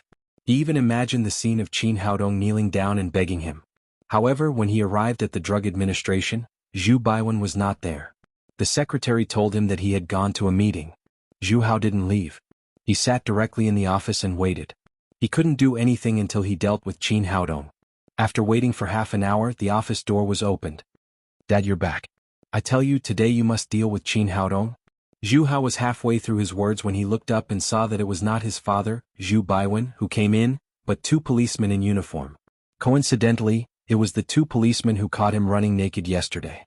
He said discontentedly, "What are you doing here? Haven't you already dealt with what happened yesterday? I've paid the fine. This time it's not about you driving naked. If you want to be naked again, go to prison." The two policemen did not hesitate to handcuff Zhu Hao and take him to the police station. "Let me go. Do you know who I am? My father is Zhu Baiwen." Until now, Zhu Hao still wanted to rely on his father to show off. A policeman sneered and said, "Of course we know. You can reunite with him when you go to prison." "What? Did you say that my father was also arrested?" Zhu Hao asked in horror. He could do nothing but indulge in debauchery. His father was his biggest support. If Zhu Baiwen was also arrested, he would be completely dumbfounded. "Not only was your father arrested, but he will definitely be sentenced more than you. Sooner or later you will meet a ghost if you walk in the dark. You and your father will spend the rest of your life in prison because of the wicked things you have done." The policeman did not talk nonsense with him. He directly stuffed Zhu Hao into the police car and was taken away with the siren. In Luo Enterprises, Luo Jin was busy with the work at hand. He thought of the formula of the blood revival oral liquid and wondered how his precious son was doing. He also knew Luo Qingming's temper very well. However, he only had one son, and he would take over his position in the future. He had to train him well, so he had asked Luo Qingming to do it. He took out his mobile phone and dialed Luo Qingming's number. He asked, "Qingming, how is the discussion about the formula going?" Chapter 250. Luo Qingming returned home in embarrassment. He had just taken a shower, found a new set of clothes and changed the plastic bag around his waist. At this time his phone rang. He took the phone and pressed the answer button.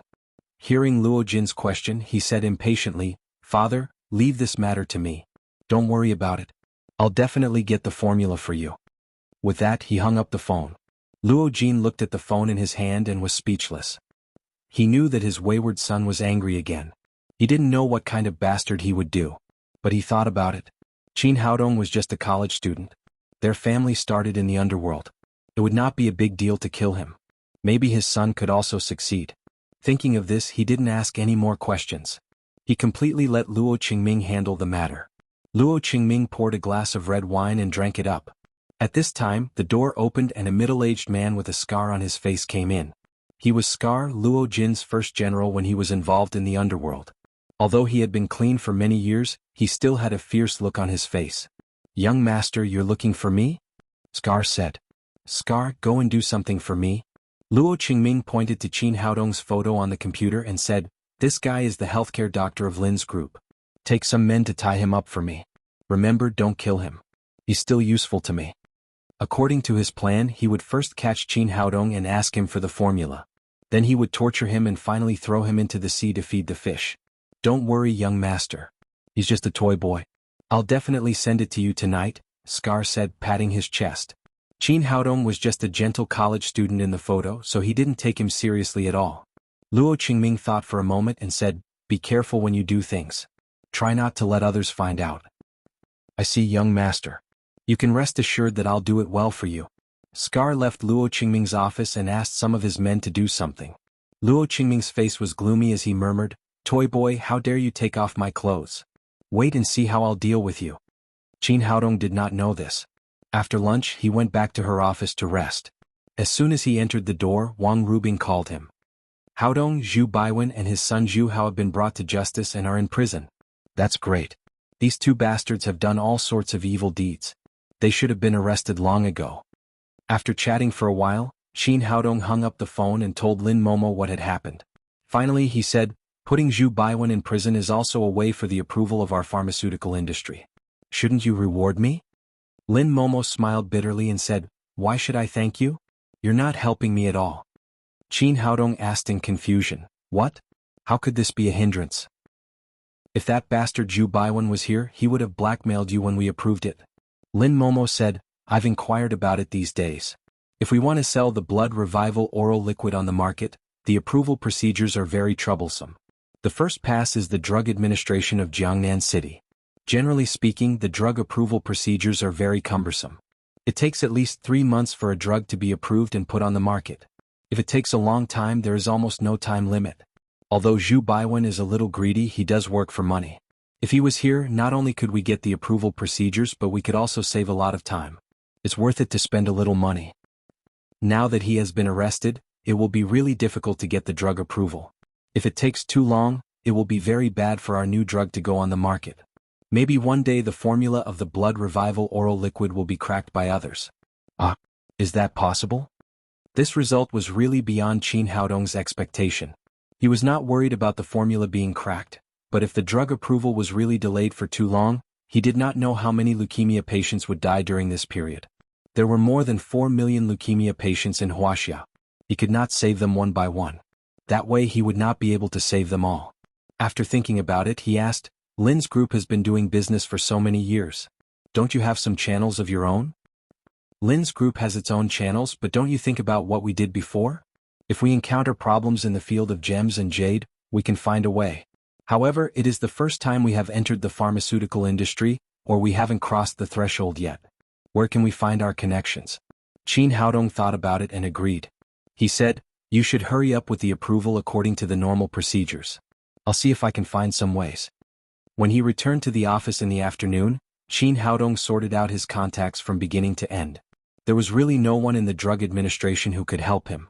The Naylan family had a great influence in Jiangnan province, but the drug approval procedure was not only in Jiangnan province. Maybe Qi Wan-er could help, but he also needed to use the Qi family's relationship, which was not what he wanted. He did not think of a good way until he got off work. When he was about to pack up and leave, the door was pushed open and a woman came in from the outside. The woman was wearing a pair of tight jeans, which set off her curvy figure vividly. Her legs were long and straight, especially the high protruding part below the waist, which looked elastic and made people want to slap her. Looking up, a yellow tight suspender not only exposed the sexy and charming collarbone to the air, but also the bottomless ravine on the chest.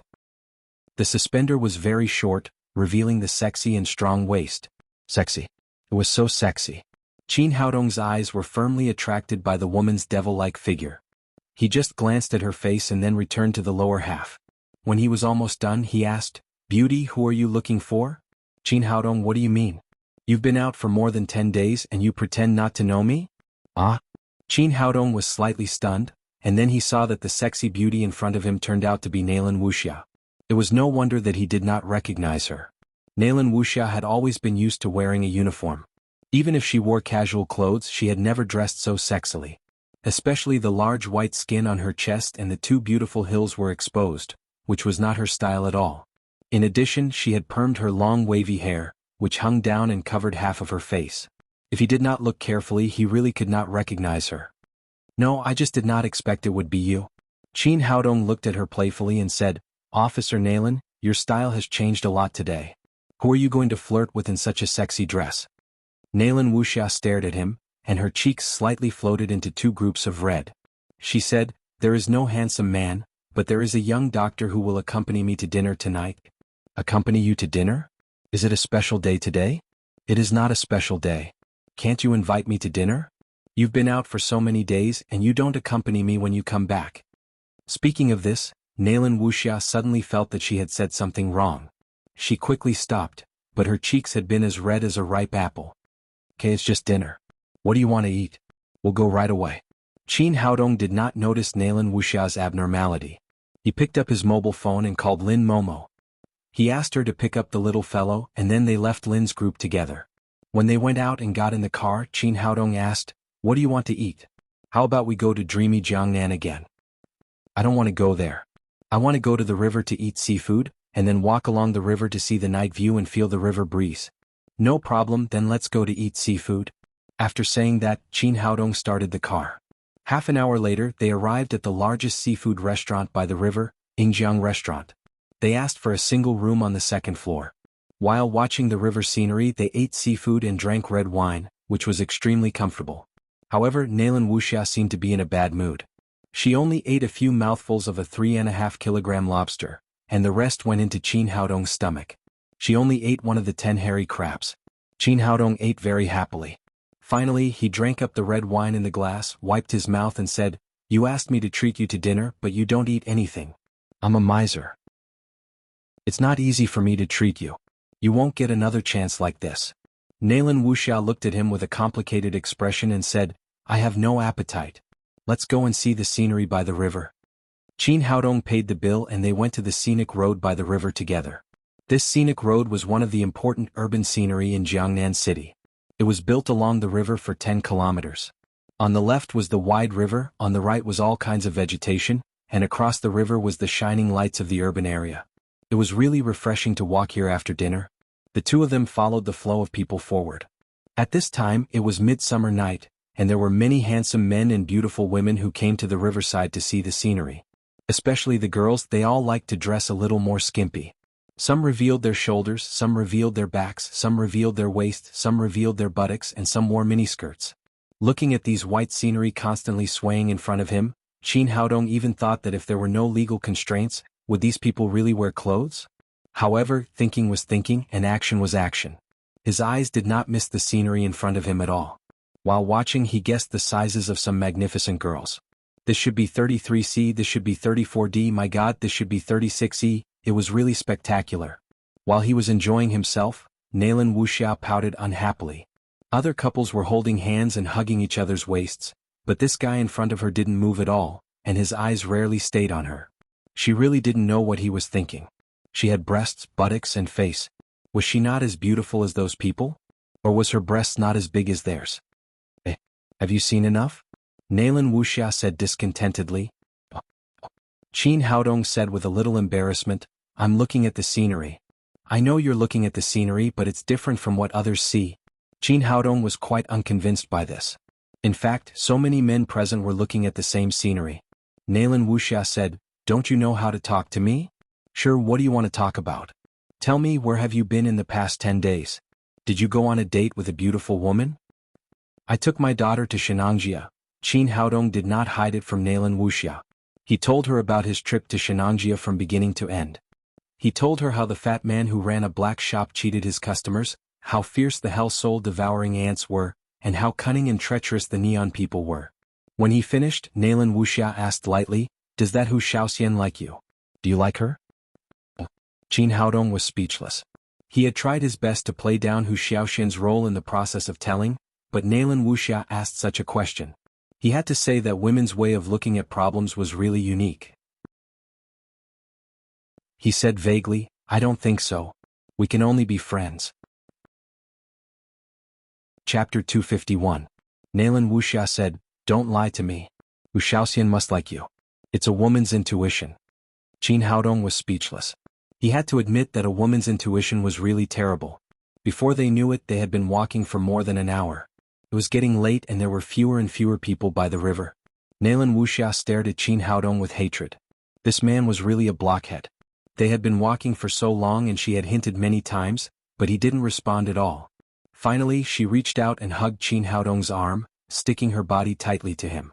Although it seemed very bold, she was actually very nervous. After all, it was the first time she had done this kind of thing. Her body could not help but tremble slightly. Qin Haodong was not stupid. He had already seen through Nalan Wuxia's mind. The reason why she dressed so sexily today must be for him, but he had been deliberately avoiding it. When he was in the cultivation world, he had won the hearts of many female cultivators with his handsome appearance and excellent cultivation.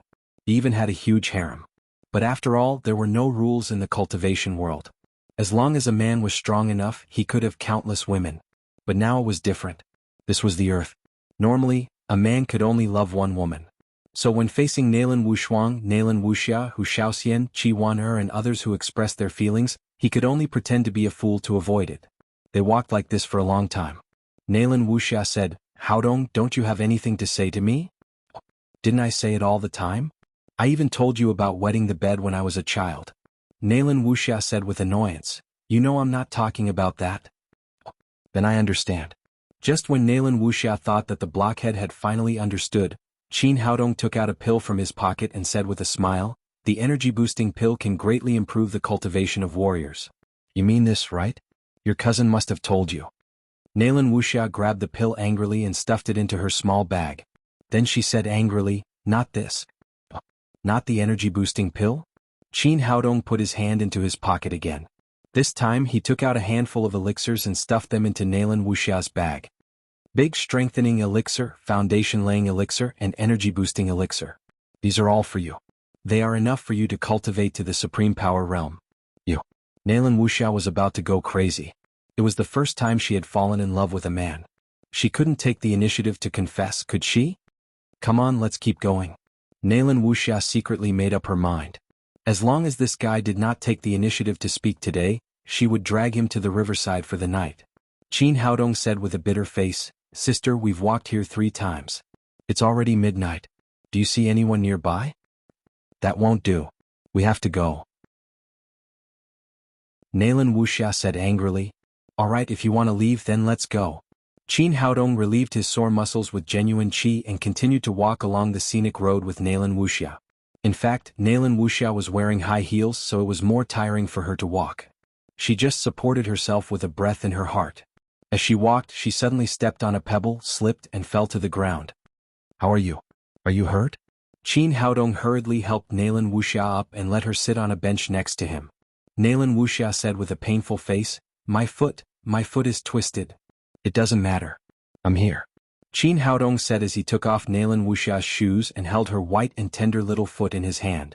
It had to be said that a beautiful person was beautiful everywhere. Even her feet were so beautiful. Her skin was crystal clear, and her 10 toes were like jade carvings. Her nails dyed red looked very cute. "What are you doing? Let go of me." Nalan Wuxia said shyly. "Don't worry, I'm treating your injury." Qin Haodong said as he looked at the sole of her foot, "Your foot is very good. There's nothing wrong with it." Nalan Wuxia said, "Come on, I twisted my right foot. Why are you playing with my left foot?" "Sorry, I made a mistake." Qin Haodong inadvertently made such a big mistake. He hurriedly put on the right shoe and then took Nalan Wuxia's left foot. At this time he found that the ankle had just been twisted seriously. It was swollen and scary. Fortunately, his medical skills were superb. This little injury was nothing at all. He held the ankle and gently rubbed it. Under the nourishment of the greenwood genuine qi, the swollen skin began to quickly reduce and the bruise slowly faded. 5 minutes later, Qin Haodong put the shoe back on her and said, "Okay, you can walk." Nalan Wuxia stood up and said, "No, it still hurts." "That's impossible. I've been completely cured. How can it still hurt?" Qin Haodong squatted down to check the ankle that had just been injured and made sure that there was no problem. Nalan Wuxia said coquettishly, "I don't care. Anyway, it hurts and I can't walk." "Well?" Qin Haodong looked at the empty landscape road and said, "What should we do? There are no cars here." Nalan Wuxia smiled slyly, "Carry me on your back." Qin Haodong realized that the pain in the woman's foot was fake. She really wanted him to carry her. "This is not good? What's wrong with it? I'll let you carry me. Anyway, I won't go if you don't carry me." After saying that, Nalan Wuxia sat on the bench in a huff. "Well, okay, I'll carry you." Qin Haodong couldn't leave Nalan Wuxia alone, so he turned around and said, "Come on, I'll carry you." "That's more like it." Nalan Wuxia immediately smiled. She held the 2 shoes in her hands and then lay on Qin Haodong's back. Qin Haodong felt a soft and elastic pressure on his back, which made his heart suddenly beat faster. He naturally turned back to hold the elastic buttocks and stepped forward. Nalan Wuxia put her hands around Qin Haodong's neck. It was the first time that she had been touched there. She couldn't help blushing and crying shyly, "You can't touch me there." Qin Haodong quickly let go of his hands and suddenly felt a huge pressure on his neck. He put down Nalan Wuxia and said, "How can you carry me without holding your buttocks? Are you going to strangle me?" "That's not right. Anyway, you can't touch me there. I can't carry you if I don't let you touch me. Otherwise I'll be strangled by you after a few steps. Nalan Wuxia said, then hold me. Just like how the male lead holds the female lead in a princess hug on TV. Okay, it's up to you, princess. Qin Haodong felt helpless and picked up Nalan Wuxia by her waist. He didn't need to hold her buttocks, but it was also a little troublesome. He suddenly narrowed the distance between the towering peaks on both sides and Qin Haodong's eyes. The large snow-white skin and deep ravine on her chest were in front of him, exuding incomparable temptation under the light of the street lamps. Nalan Wuxia seemed to be aware of this and quickly buried her head in Qin Haodong's arms. In this way the two slowly walked forward. Although Nalan Wuxia looked very plump, she was not heavy, so it was not difficult for Qin Haodong to carry her. Nalan Wuxia buried her head in Qin Haodong's chest and listened to his strong heartbeat. Her cheeks couldn't help but feel hot. During this period of time, she had been entangled by her own feelings. During the days when Qin Haodong disappeared, she lived in a daze every day, as if she had lost the most important thing in her life. This finally made her see her heart clearly. Indeed, she had fallen hopelessly in love with this man. As the saying goes, a woman dresses for the man she likes. Today she finally changed into a sexy dress that she had never worn before, in order to let Qin Haodong find her beauty, and it would be best if he could take the initiative to confess his love to her. However, Qin Haodong didn't respond at all. She had no choice but to use this almost coquettish trick. Finally, as she wished, she was held in the arms of the man she liked. The night was getting darker and darker, and it was quiet all around. Only the sound of Qin Haodong's footsteps and the constant heartbeat could be heard. Nalan Wuxia held Qin Haodong's strong arm tightly, hoping that this road could go on until the end of time. At this moment, Qin Haodong's heart was also extremely complicated. It would be a lie to say that he didn't like Nalan Wuxia at all, but he didn't know how to choose. It was impossible for him to give up Lin Momo. If he had Lin Momo and other women at the same time, he would be very happy. However, Hu Xiaoxian, Nalan Wushuang, Nalan Wuxia and Qi Wan were all proud girls. Could they accept it? Could Lin Momo accept it? Not far behind them, Scar was answering Luo Qingming's phone. Luo Zhangming said discontentedly, "What's going on? It's almost midnight. Haven't you succeeded yet?" "Young master, I've been following that guy. I wanted to wait for him to be alone, but he was always with a woman. I don't know what's wrong with them. They have been walking back and forth on the scenic road by the river, and our brother's legs have become thin. I thought they would separate, but they got closer and closer. Now they are hugging each other." Luo Zhangming's heart skipped a beat and he said, "How about that woman? Is she beautiful?" "Yes, she's very beautiful. I've never seen such a beautiful woman in my life." Luo Qingming cried, "Then don't talk nonsense. Take them both back. I'm not only going to take his formula but also his woman." "Okay, young master, I'll do it right away."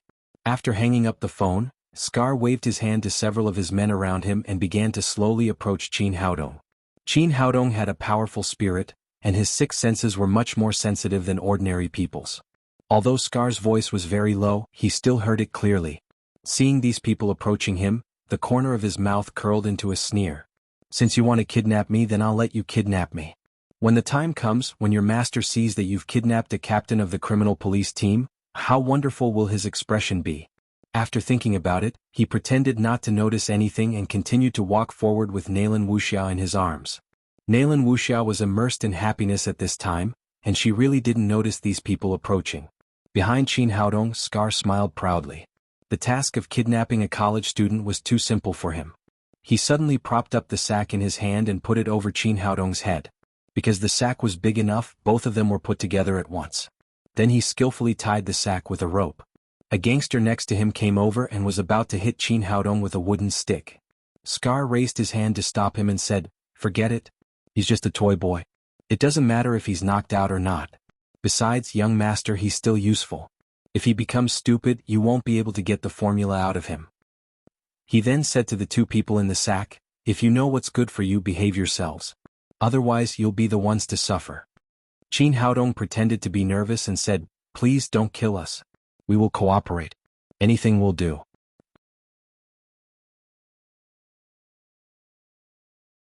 Qin Haodong only belonged to her.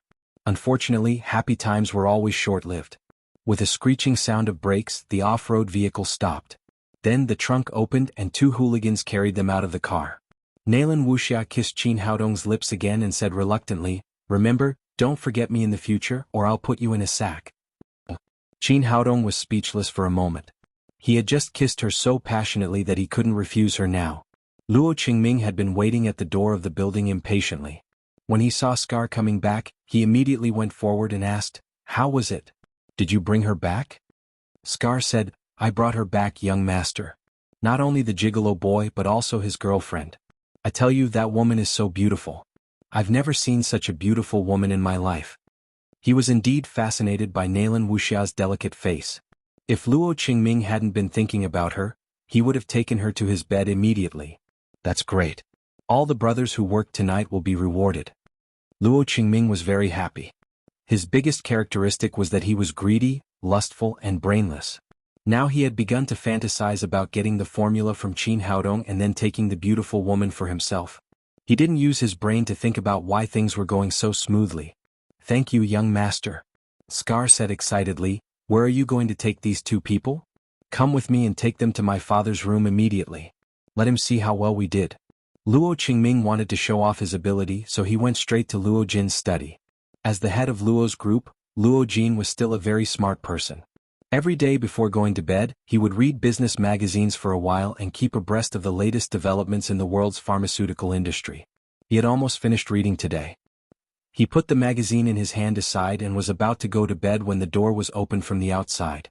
There was no need to ask who it was. Only his precious son, Luo Qingming, dared to enter his room without knocking. Sure enough, after the door was opened, Luo Qingming walked in with a happy face. Luo Jin asked, "Why aren't you sleeping so late? What's the matter?" "Father, I want to show you a surprise," Luo Qingming said and waved his hand behind him. Scar and some gangsters carried a big sack in. "What's this?" Luo Jin asked in surprise. "It's that gigolo boy. I've asked someone to tie him up. We'll get the formula later." Luo Jin sighed secretly. It seemed that Luo Qingming had used underworld means, but it was only this time. After all, the formula of the blood revival oral liquid was too important for Luo's group. Luo Qingming waved to his men and said, "Open the sack." Two gangsters immediately untied the rope at the mouth of the sack and let Qin Haodong and Nalan Wuxia out. After seeing the light again, Qin Haodong helped Nalan Wuxia stand up. Then, with his back to the people behind him, he reached out to tidy her messy hair. "Boy, you're really a lover. You're still showing off your love at this time."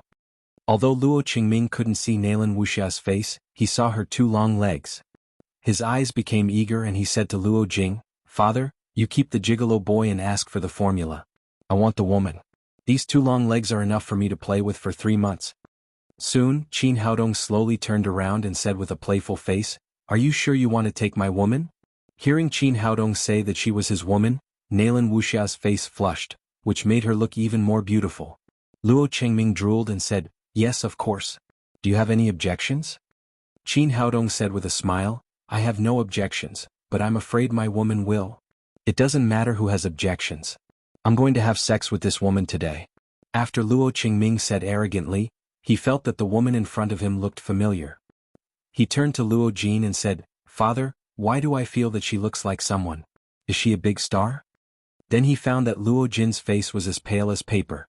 He looked at Nalan Wuxia in horror. "Father, what's wrong with you?" Luo Qingming's heart tightened. Did his father fall in love with this woman? Luo Jin ignored him at all. He came to Nalan Wuxia nervously and said, "Captain Nalan, I'm sorry. I'm really sorry. There must be a misunderstanding today." He tried to explain, but he couldn't find a suitable reason. He never dreamed that Luo Qingming the fool would tie Nalan Wuxia up. Although this woman was beautiful, her identity was even more frightening. Luo's group couldn't afford to offend either of them, whether it was the captain of the crime squad or the young lady of the Nalan family. Nalan Wuxia's face darkened. In an instant, she changed from a little woman in love to a female tyrannosaurus. She shouted coldly, "Luo Jin, what do you mean? You tied me up here. Do you have a problem with our Nalan family, or do you want to take revenge on the captain of the crime squad?" Luo Jin's legs trembled and he almost fell to the ground. The two hats were so big that he couldn't catch either of them. Although Luo's group had some strength, it was still no match for the giant Nalan family. If the old man Nalan Jia knew that he had kidnapped his granddaughter, Luo's group wouldn't be able to stay in Jiangnan anymore. Not to mention the captain of the crime squad. People didn't fight with officials. No matter how powerful they were, they didn't dare to openly challenge the police station. "Bastard, this is all your fault." Luo Jin couldn't explain. He slapped Luo Qingming in the face and then kicked Scar Wang to the ground. Luo Qingming finally sobered up a little after being slapped. He recognized who the beautiful woman in front of him was. Originally, he knew Nalan Wuxia, who had long been listed as one of the people Luo's group couldn't afford to offend. However, Nalan Wuxia's image had changed a lot today. She was very different from before. For the first time, she showed superhuman sexiness and hotness, so he didn't recognize her for a while. He covered his swollen face and said, "Father, I don't know. This is Miss Nalan." Nalan Wuxia said coldly, "Do you mean that you can kidnap ordinary people at will? Is there any law in your eyes? Do you know how many years you will be sentenced for kidnapping?" Luo Jin's heart skipped a beat. He knew that today's matter was serious. If Nalan Wuxia didn't let them go, they would stay in prison for at least 10 years for kidnapping, extortion, and assaulting the police. He could shirk the responsibility, but Luo Qingming couldn't. Luo Qingming also realized this. He gritted his teeth and whispered to Luo Jin, "Father, why don't we kill these two people directly? Anyway, no one will know what happened today and no one will know that it was our family who did it." Luo Jin was shocked. His son was really bold. It would be better to kill Qin Haodong, but if he really killed Nalan Wuxia it would be a big deal. Both the Jiangnan Public Security Bureau and the Nalan family would go crazy. Although Nalan Wuxia didn't hear what Luo Qingming said, she guessed it from his expression. She sneered and said, "What? Do you want to kill people to keep their mouths shut? That's a good idea, but you need to have the ability to do it." Then she stretched out a white finger and poked at the tea table in front of her. The tea table was made of pure mahogany, and its hardness could be imagined. Even if she cut it with a knife, she could only leave a mark. But at this time in Nalan Wuxia's hand, it was like tofu. She directly poked a hole. Luo Jin was shocked. He was also knowledgeable. With Nalan Wuxia's skills, they couldn't kill people to keep their mouths shut even if they wanted to. If the news really leaked, the Luo family would be destroyed, so he immediately gave up the idea. Luo Qingming was also shocked. Just now he wanted to get lost with Nalan Wuxia. Where was the bedsheet? If she really did that, it would be poked into a sieve. Nalan Wuxia's skills had improved a few levels after she got Qin Haodong's big spirit culturing elixir last time. She casually showed her skills to frighten the father and son of the Luo family. Now it seemed that the effect was good. Chapter 253. She sneered and said, "What do you think? Do you want to try?" Luo Jin quickly said, No. Captain Nalan, you misunderstood. We really didn't mean that." After taking a deep breath, he continued, "Captain Nalan, you see, we're old acquaintances. Some time ago, I went to visit old Master Nalan. Can we discuss today's matter? Please be magnanimous and let Qingming go this time. Captain Nalan, don't worry. I will teach this guy a lesson and never let him make the same mistake again." Nalan Wuxia's face softened a little. She said, "Mr. Luo, since you've said so, I'm not a heartless person. I can let go of your son's attack on the police. But the kidnapping has to be approved by the parties involved. If they pursue it, I'll have to arrest them." Luo Jin was also an old fox. How could he not see the intention of Nalan Wuxia's words? That was to say, the decision today was in Qin Haodong's hands. As long as Qin Haodong agreed, it could be settled privately. If Qin Haodong didn't agree, Luo Qingming could only go to prison for 8 or 10 years. After figuring this out, he slapped Luo Qingming in the face again and said, "Little bastard, go apologize to Mr. Qin." Luo Qingming had no choice but to come to Qin Haodong and whisper, "I'm sorry, Mr. Qin. I was wrong this time." Qin Haodong looked at him with a smile and said, "I don't know if you know the law. If you don't, I can explain it to you. Kidnapping is a big crime. You will be sentenced to 7 or 8 years in prison. Plus attacking the police, extortion, and blackmail. Based on your behavior today, even if your family has some power, you will stay in prison for more than 10 years. How can you just say sorry for such a big crime? If saying sorry could be the scapegoat, what would the police do? The police could be laid off." Luo Jin could see that Qin Haodong didn't want to let go of what had happened today easily. He didn't take the Luo family seriously. He had to bow his head under the eaves. He raised his leg and kicked Luo Qingming's butt. "If you want to apologize, you should apologize. Be sincere. Kneel down." Luo Qingming was so aggrieved that he wanted to die. He had tried his best to tie up the kidnapper and then knelt down and apologized to the kidnapper. There was no one else like him. But he also knew that what Qin Haodong said was true. If today's matter couldn't be settled privately, he could only go to jail. Sorry. Luo Qingming knelt down in front of Qin Haodong, feeling so wrong that he almost cried. He had already cursed 18 generations of Scar's ancestors in his heart. He had asked him to kidnap Qin Haodong, but he turned around and kidnapped the captain of the crime squad. How could he be so stupid? Qin Haodong said, "Get up first. This matter can be discussed." Luo Qingming and Luo Qingming looked relieved. Since Qin Haodong said so, there was still room for negotiation. No matter how much they had to pay, it was much better than letting Luo Qingming go to prison. Qin Haodong went straight to the sofa and sat down. Then he stretched out his legs and said, "I've been in the sack for too long, so my legs are a little numb." Scar had already seen the situation clearly. He knew that he had caused a big trouble today. The only way to make up for it was to win Qin Haodong's forgiveness. He hurried over and said, "Dr. Qin, I'm really sorry. Let me massage your legs." After that, Scar, who had once been all-powerful in the underworld, squatted down and massaged Qin Haodong's legs. Qin Haodong seemed very satisfied. He nodded and said, "My mouth is a little dry. Is there any tea?" "Yes. I'll pour it for you." Luo Qingming knelt down. Although he didn't care about his reputation, he rushed over and poured a cup of tea for Qin Haodong. Qin Haodong picked up the teacup and took a sip. Then he said, "This is Da Hong Pao. It tastes good." Looking at the young man who was drinking tea and massaging his legs, Luo Jin felt bitter in his heart. He thought to himself, "This is not a hostage but a living ancestor." He stepped forward and said, "Mr. Qin, how about we settle today's matter privately?" "Privately?" Qin Haodong took another sip of tea and said slowly, "Don't you want my formula?" "Well," Luo Jin said awkwardly, "Mr. Qin, this is all a misunderstanding. But if you are willing to sell it, I'm willing to pay 2 billion yuan for it." Qin Haodong said, 2 billion yuan is a normal price. If you had offered this price earlier I might have thought about it, but your son only offered 1 million yuan. Now I have signed a cooperation agreement with Lin's group, so I can't sell it even if I want to. Luo Jin glared at Luo Qingming.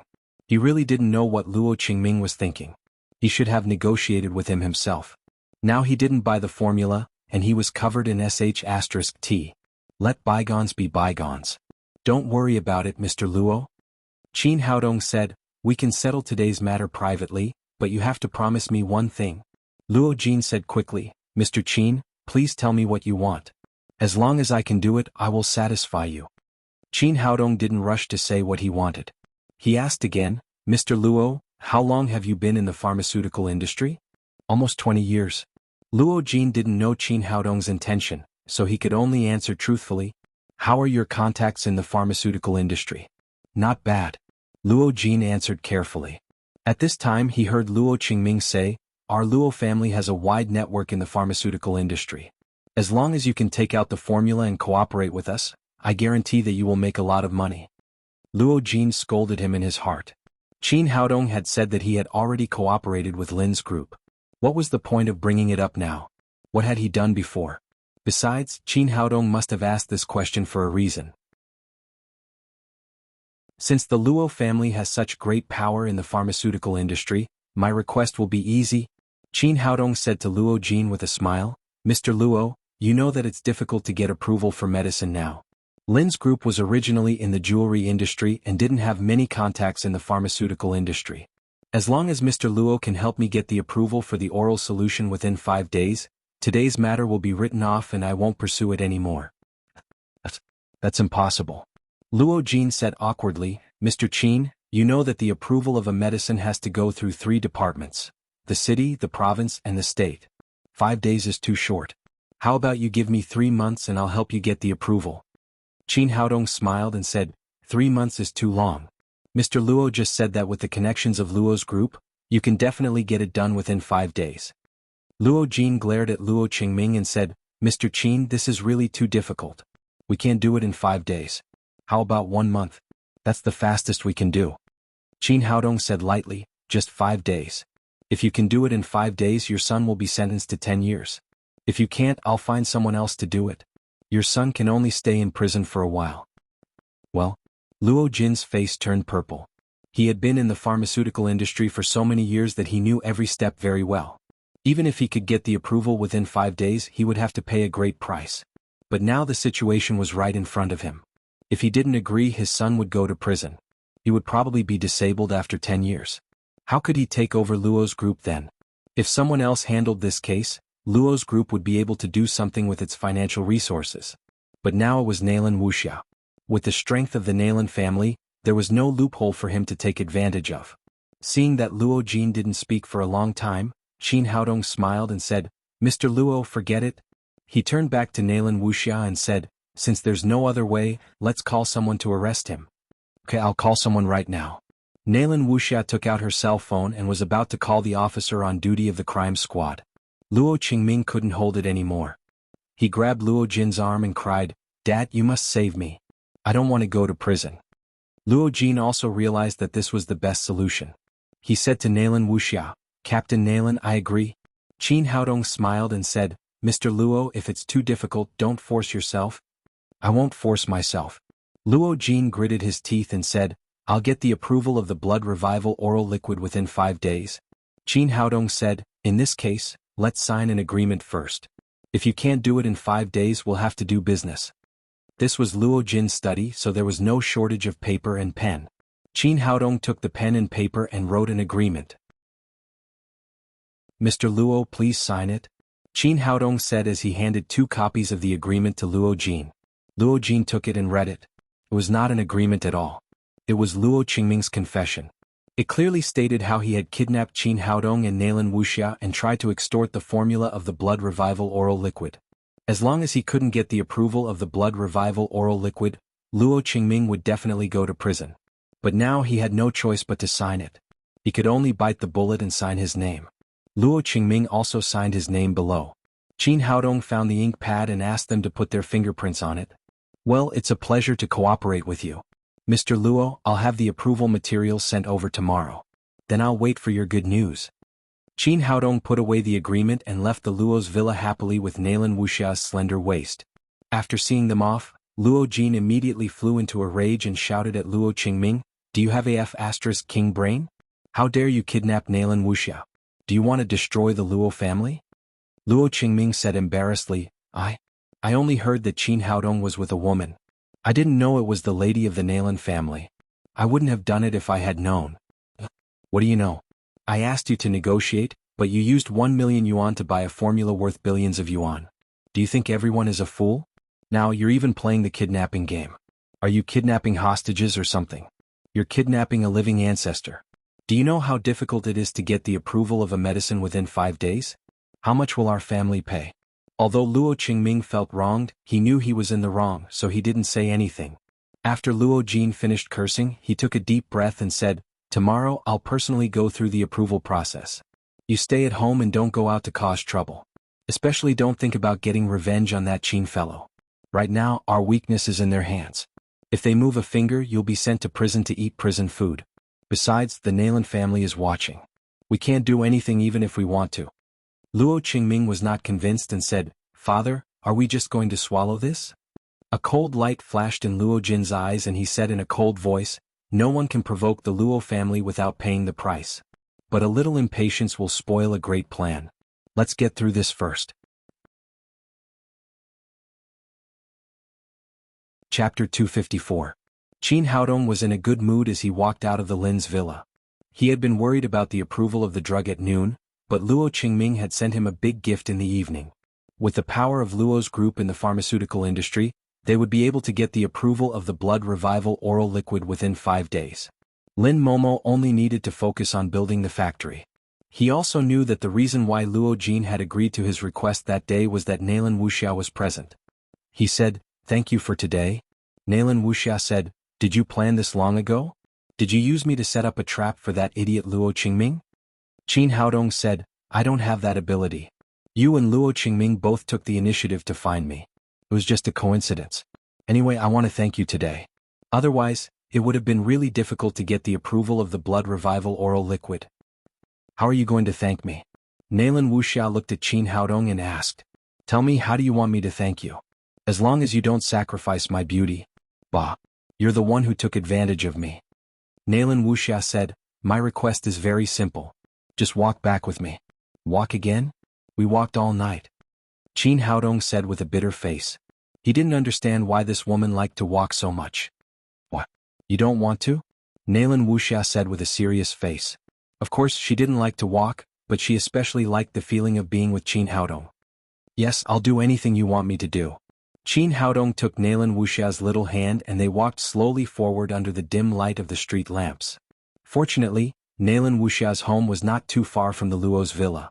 The trip ended after an hour. This was a single apartment that Nalan Wuxia rented. Seeing that Qin Haodong continued to follow her into the room, she said, "I'm home. You can go back." Qin Haodong said jokingly, "You've been walking for so long. Don't you want to invite me to your bed to have a rest?"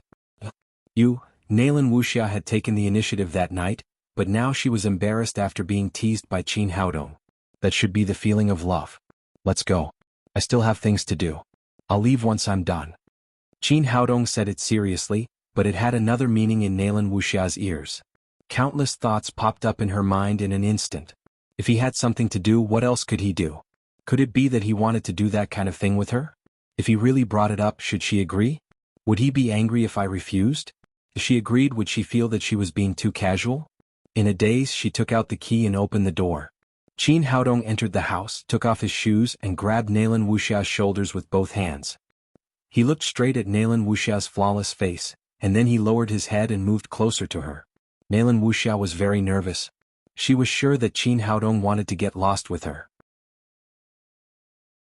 She clutched the corner of her clothes tightly, not knowing whether she should agree or refuse. No? Just when her voice was squeezed out of her mouth like a mosquito, Qin Haodong's forehead was pressed against hers. Then she felt a boom and a lot of things appeared in her mind.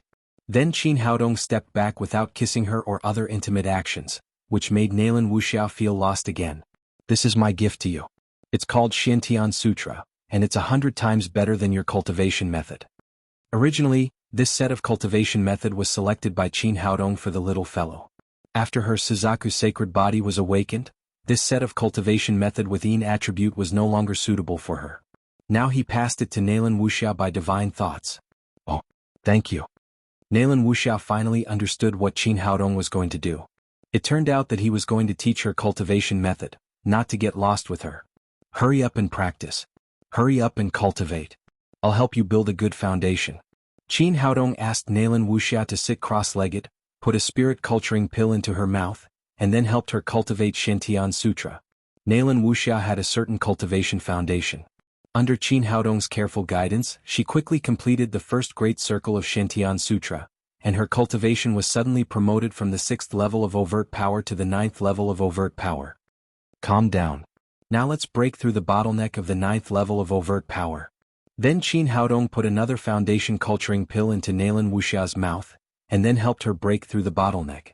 With the dual help of the elixir and Qin Haodong, Nalan Wuxia felt a boom in her mind after 20 minutes. The genuine qi in her body suddenly changed from a trickle to a surging river. She successfully broke through the bottleneck of the 9th level of overt power, and her momentum was greatly improved, reaching the level of covert power. As a martial arts practitioner, she knew how difficult it was to cultivate covert power, but she didn't expect that she would reach it so quickly with Qin Haodong's help, which made her extremely excited. Qin Haodong said, "Well, you must calm down and consolidate your cultivation. Otherwise all your efforts will be in vain." Nalan Wuxia also knew this, so she tried to get rid of the distractions in her mind and began to cultivate according to Xiantian Sutra. When she opened her eyes again, her cultivation had been completely consolidated. She was a real master of the first level of covert power. At this time the sky was bright and Qin Haodong had left. Thinking of the scene of the two of them together last night, Nalan Wuxia felt a burst of sweetness in her heart. She found a new set of clothes and went into the bathroom. Qin Haodong went home and took a nap. The next morning he came to the Lin's villa. Because it was still early, the little fellow was sleeping soundly. Qin Haodong kissed her little face with a doting expression. Lin Momo asked, "Where did you go last night? Why did you come back so late?" Qin Haodong said with a smile, "I went to find someone to help us get the approval of the blood revival oral liquid." Lin Momo said in surprise, "Really? I was just worrying about this. Who is the friend you found? Why didn't you tell me yesterday?" "Of course it's true," Qin Haodong said. "The person I'm talking about is Luo Jin of Luo's group. He will go through the approval procedures for us today." "You're not being serious again." The smile on Lin Momo's face suddenly disappeared. She glared at Qin Haodong. In her opinion, Qin Haodong was teasing her. I'm serious. Ask someone to get the things ready when you go to work. Luo Jin will come to pick them up and send them back to us in 5 days. Lin Momo said, You're getting more and more ridiculous. Luo Jin is the chairman of Luo's group. Our group is his competitor in the pharmaceutical industry. It's good enough that he doesn't make trouble for us. How could he help us with the approval procedures? Besides, I also heard that a new drug needs to be approved by the state, the province, and the city. It will take at least 3 months to get the approval. It's impossible to get it in 5 days. Seeing that Lin Momo didn't believe him, Qin Haodong had no choice but to tell her the whole story of the kidnapping last night. However, he automatically ignored the part where he and Nalan Wuxia were in the same pocket. Now that we have something on the father and son of the Luo family, they will try their best to go through the procedures for us. Besides, they have been in the pharmaceutical industry for many years and have deep connections. I'm sure they will get the result in 5 days. Then he took out the agreement and gave it to Lin Momo. Look, they signed it. Lin Momo didn't believe it until she read the agreement. She hugged Qin Haodong excitedly and kissed him hard on the cheek. Haodong, you're so great. You can solve such a difficult problem. Are there any girls asking you out tonight? Go ahead. I won't stop you. Oh. Qin Haodong was speechless.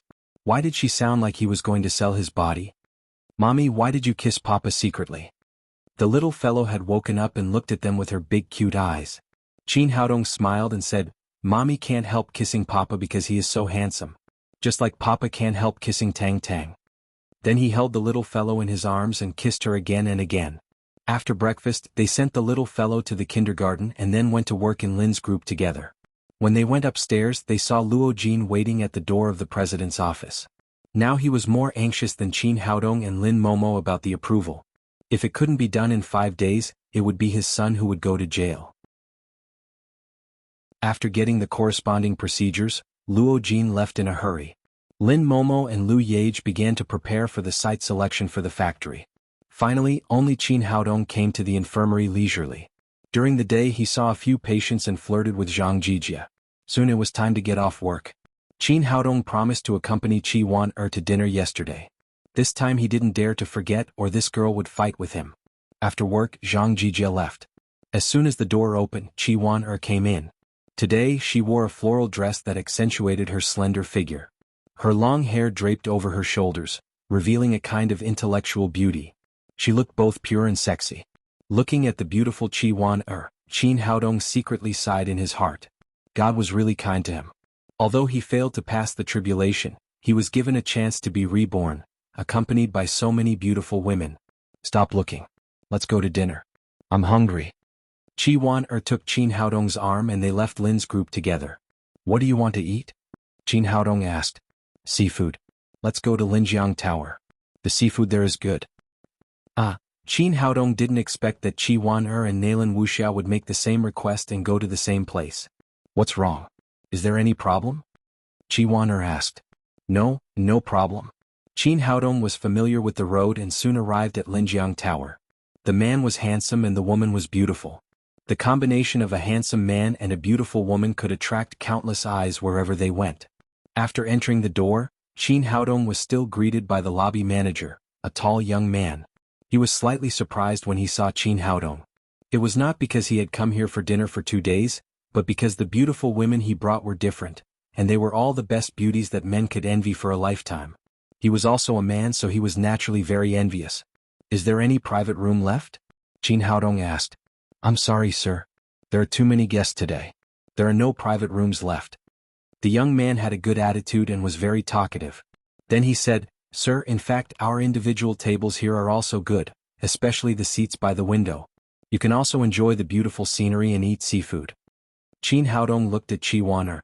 She pointed to a table by the window and said, This is also good. Let's eat here. Then she walked to the table by the window. Qin Haodong was about to follow her, but the lobby manager grabbed his arm and whispered, Brother, I will give you a 50% discount today. Can you tell me how you find such a good girlfriend and change one every day? Is there any secret? Chapter 255. Qin Haodong was amused. This lobby manager was quite interesting. He glanced at his badge and saw the name Zhang Laifu. He laughed and said, The secret is to be handsome, and then the beautiful girls will chase you. I can't learn that. My appearance is given by my parents. I can't change it even if I want to. But don't worry, I will still give you a 50% discount. Qin Haodong had a good impression of Zhang Lifu. He waved to him and then sat opposite Qi Weiner. What are you two talking about? Qi Weiner asked curiously. Nothing. He asked me for your phone number. Did you give it to him? Qi Weiner asked. Of course I gave it to him. How could I refuse him? Qi Weiner said discontentedly. You? How could you give my phone number to someone else? Qin Haodong laughed and said, I said I would give it to him, not to you. I left Zhang Tiniu's phone number with him. How can you be so naughty? Qi Weiner even had the picture of Zhang Lifu calling Zhang Tiniu in her mind. She couldn't help but giggle. Her beautiful face was even more brilliant when she smiled, which made the surrounding male creatures swallow their saliva. They looked at Qin Haodong with jealousy and hatred in their eyes. Soon a large plate of seafood was served. They ate seafood and drank beer while enjoying the scenery on the river. After a while, the door of the hotel opened and 3 men came in. There were many guests in Riverside Tower. Men were not beautiful women, so they would not attract attention. However, these 3 men were different. One was from Wuxia and the other 2 were from Neon. One of the Neon people was tall and the other was short. The taller one was about 1.7 meters with a small braid on the back of his head. The other one was shorter, about 1.6 meters with a mustache like rabbit poop. The Wuxia man was quite tall. He was 1.8 meters tall, but he kept bowing with a charming smile on his face. He looked even shorter than the Neon man. His subservient appearance, coupled with his shiny parted hair, reminded everyone of the traders in the TV series. Seeing these 3 people, Qin Haodong's expression changed slightly. The 2 short Neon people were warriors, but their levels were not high. They were only at the 5th or 6th level of overt power. Mr. Sato, Mr. Yagyu, this is the most famous seafood restaurant in Jiangnan. How about having a meal here? The trader said with a flattering expression. Good, let's do it here, Sato Junichi said. Alright, I'll go ask them for a private room. After the trader finished speaking, he immediately turned to face Zhang Lifu. This guy seemed to have practiced face changing. After turning around, he straightened his back and looked completely arrogant. These 2 are distinguished guests from Neon. You must arrange the best private room for them. Zhang Lifu frowned. Like ordinary Wuxia people, he didn't like the 2 Neon people and felt disgusted by this trader. However, due to his professionalism, he still smiled and said, I'm sorry, sir. We don't have a private room here. If you want to eat, you can sit at the table outside. What? Sit at the table? The trader leader immediately felt as if he had been greatly insulted and yelled, Do you know who these 2 are? They are distinguished guests from Japan. How can we sit at the table? Hurry up and find us the best private room. Zhang Lifu said, I'm really sorry, sir. We really don't have a private room here. If you don't mind sitting at the table, you can go to other hotels. What kind of waiter are you? How can you drive out the guests? The trader cried, Why don't you just drive out the guests in the private room?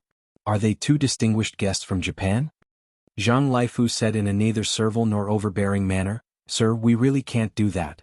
Our hotel never divides the guests into different classes. It's the same no matter who comes to eat. If you have to use a private room, you can sit in the rest area next to us and wait for a while. Boy, do you know who you are talking to? How dare you make us wait? You don't want to work anymore, do you? The trader was not going to let it go. At this time, the Japanese man with the braid said, What the hell is going on? His name was Yagyu Genpakiro and he only knew the simplest Wuxia language, so he didn't understand the conversation between the trader and Zhang Lifu. The trader hurried to explain the situation in Neon language. The general meaning was that there were no private rooms left. Yagyu Genpakiro frowned and said, Forget it. Arguing with these lowly Chinas will damage our reputation. Just find a table and sit at any one.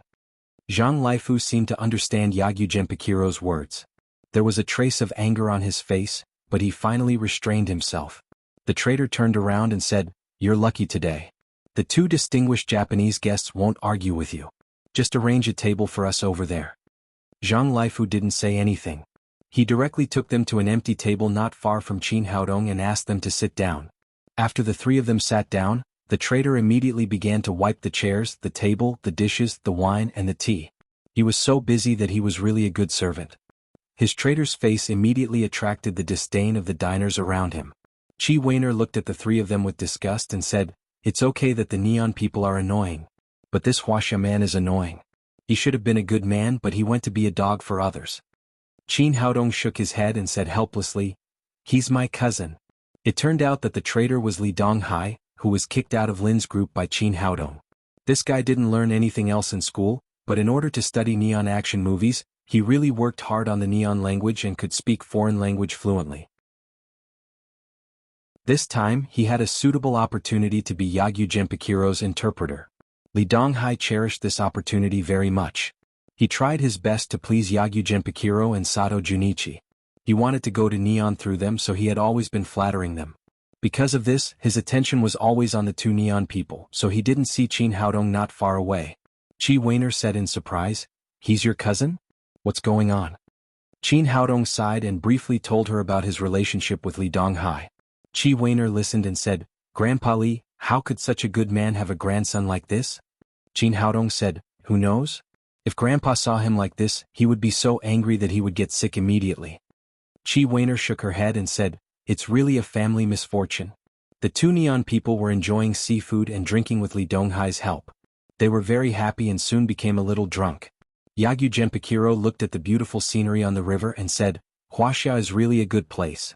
It's a pity that it's occupied by inferior Chinese people.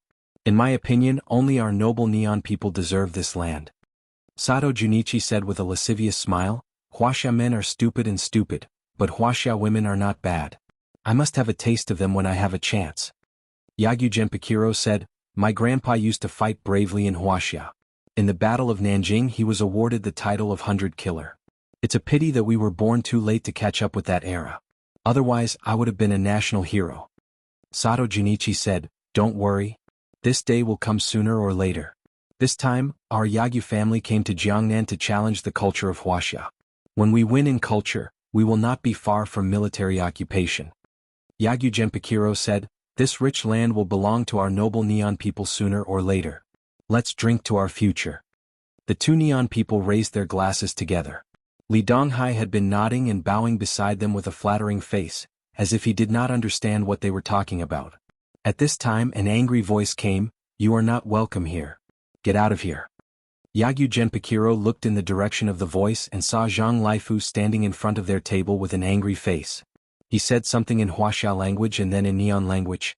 At first, the diners around did not understand what the two neon people were talking about. But looking at Zhang Laifu's angry face, they knew that they must have said something bad. "Chinaman, do you know neon language?" Sato Junichi said in surprise. "Cut the crap. Get out of here now. Get out of our hotel and get out of Huaxia." Not only could Zhang Laifu speak neon language, but he also spoke it very fluently. He was even more fluent than the traitor Li Donghai. "Boy, are you crazy? Do you know who you are talking to?" Li Donghai stood up. He wanted to show off in front of his master, but he was slapped to the ground by the angry Zhang Laifu. "Bastard, you traitor. Don't you have any shame?" Zhang Laifu shouted angrily, "I really don't know what's in your head. Is it full of shit? These two neon people insulted Huaxia and called us Chinamen. They shouted that they wanted to take our land and women. How can you laugh? How can you be so thick-skinned? Has your conscience been eaten by a dog?" After listening to Zhang Laifu's words, the diners around finally understood what had happened. It turned out that the two neon people had been insulting Huaxia people. Suddenly, many diners stood up and denounced the two neon people and the traitor. "Bastard, are you still a Huaxia person? How dare you be a traitor to the neon people? Get out of here, you neon people. Today's Huaxia is not the Huaxia of the past. It's not your place to be so arrogant. Get out of Huaxia. You are not welcome here." Suddenly the crowd was agitated. The voices of condemnation and shouting became one. Li Donghai was so scared that his face turned pale. He directly hid under the table and did not dare to show his face. "Enough, don't shout anymore." It was Sato Junichi who spoke. His Huaxia language was much better than Yagyu Genpakiro's. Although it was a little stiff, it was still understandable. "Could it be that what we said was wrong? You Huaxia people are inferior people. You are the sick men of East Asia. If anyone is not convinced, you can stand up and challenge me." After saying that, the guy raised his hand and slapped the table in front of him. With a crash, the solid wood table was smashed into pieces. The soup and water on the table splashed on Li Donghai's face. Seeing that the neon person was a martial artist, the voices around them became much quieter. Zhang Laifu shouted, There is an old saying in Wuxia. It is better to be beaten to death than to be scared to death. Neon, let me see how strong you are. After saying that, he raised his fist and punched at Sato Junichi's face. However, Zhang Lifu was only physically strong. He had never practiced martial arts, not even ordinary Sanda or Taekwondo. This punch did not pose any threat to Sato Junichi at all. Sick man of East Asia, how dare you attack our neon samurai?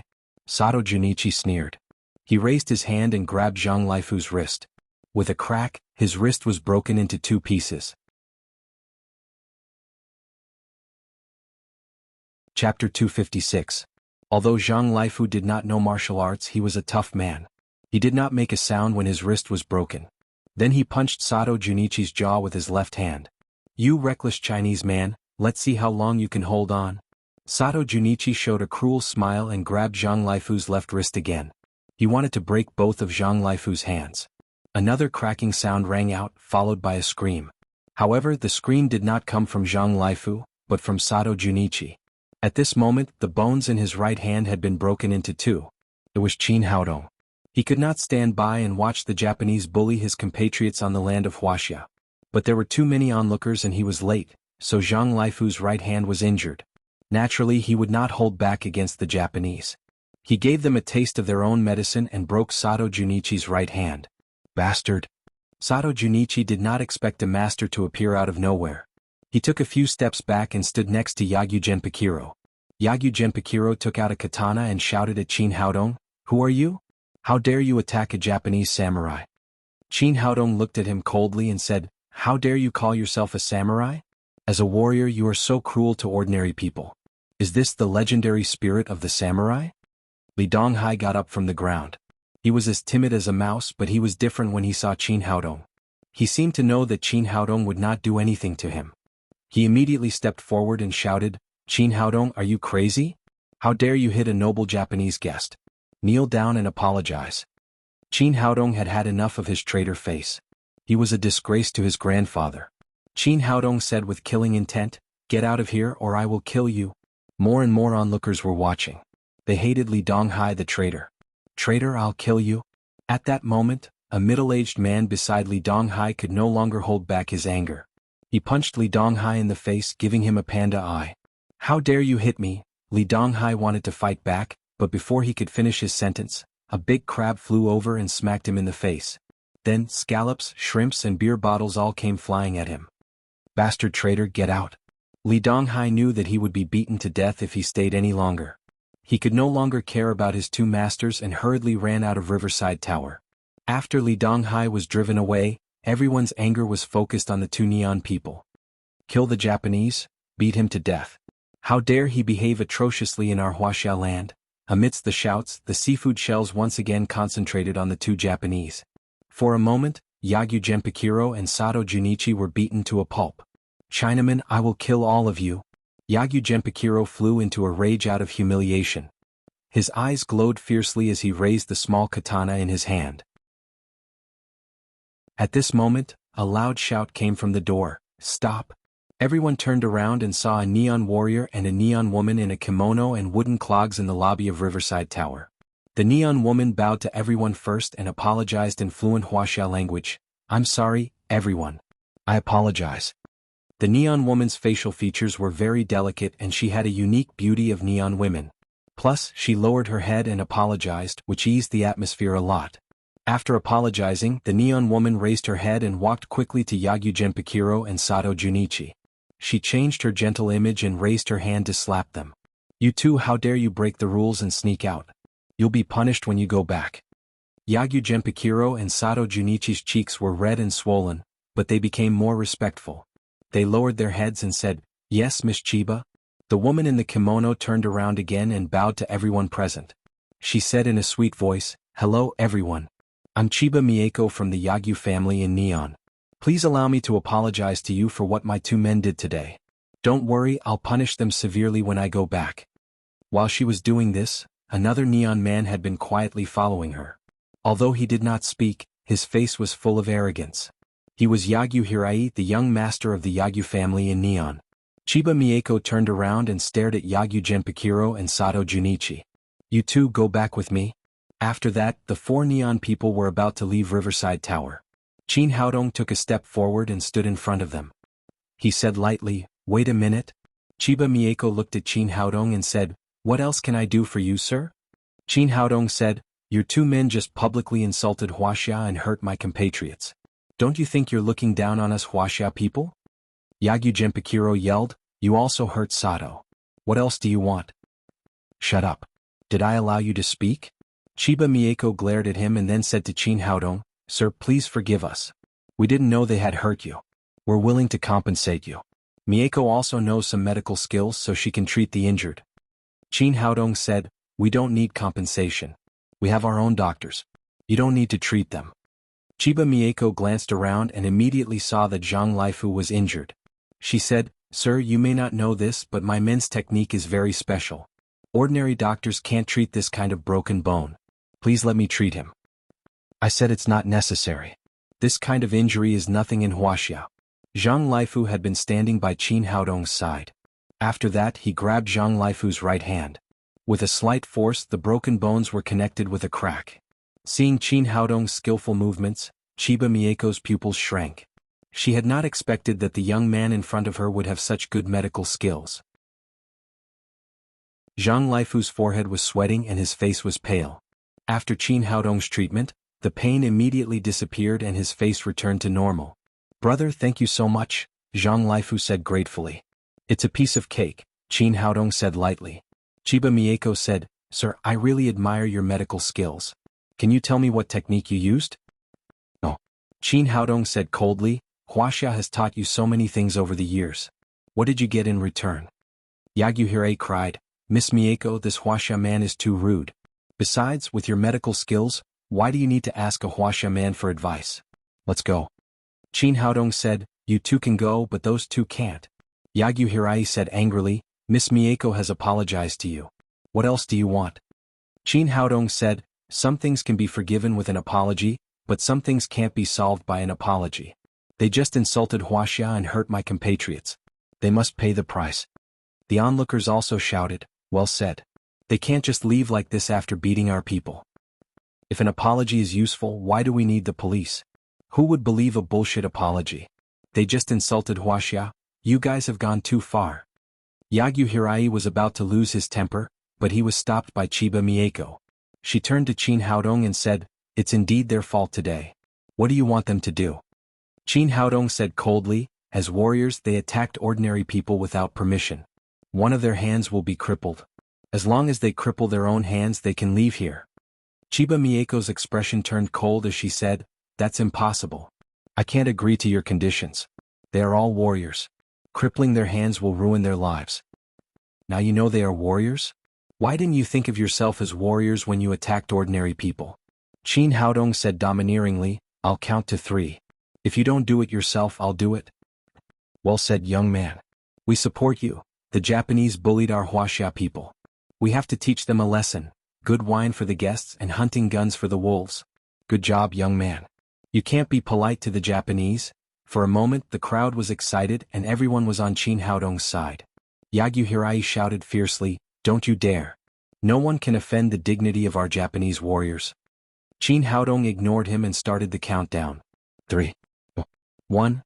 After saying the last word, he flashed and rushed to Sato Junichi and Yagyu Genpakiro. His speed was so fast that before Yagyu Genpakiro could react, his arms were twisted and broken. "Wuxia man, you're courting death." Yagyu Hirai shouted and slapped at Qin Haodong's back. He wanted to rescue Sato Junichi by besieging Wei, but Qin Haodong ignored him. He grabbed Sato Junichi's other hand and twisted it into 2 pieces. "Bastard!" Yagyu Hirai roared and attacked fiercely. This guy's attack was full of momentum. Obviously, he had entered the threshold of the covert power warrior. But just when his palm was about to touch Qin Haodong's back, a white and tender hand suddenly stretched out and lightly caught the Neon Warrior's palm. It was Chi Wan-er who attacked. She and the Neon Warrior fought head-on. The two people's skills were equal, so they were evenly matched. Baka.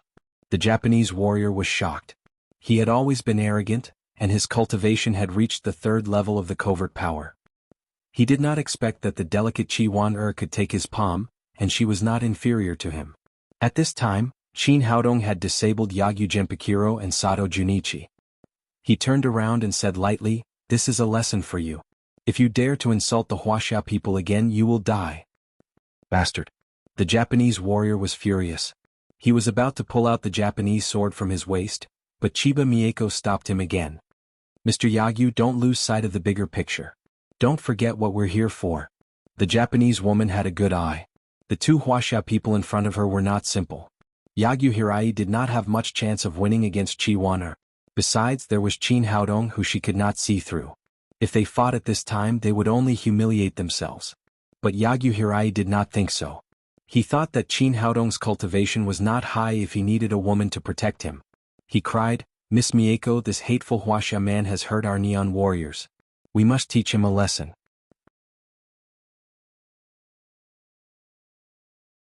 Chapter 257. Mr. Yagyu, we were in the wrong. These injuries are nothing. I'll cure them. Chiba Mieko turned to Chin Haodong and said, "Sir, what's your name?" Chin Haodong. Chiba Mieko nodded and said, "Mr. Chin, I also know some Wuxia medical skills. If you can cure your friends, I can also cure my subordinates." Her words seemed polite, but they were full of provocation. "Really?" Chin Haodong sneered and said, "You neon people have only learned a little bit of traditional Chinese medicine from Wuxia. It's impossible to cure them." "Mr. Chin, I don't agree with you. Although my medical skills are from Wuxia, the student is better than the master. Besides, traditional Chinese medicine in Wuxia is in decline now. You Wuxia people are guarding the treasures left by your ancestors, but you like to learn things from Westerners. I really don't understand. To put it bluntly, it's impossible to find the essence of traditional Chinese medicine in Wuxia now. You can only come to Neon.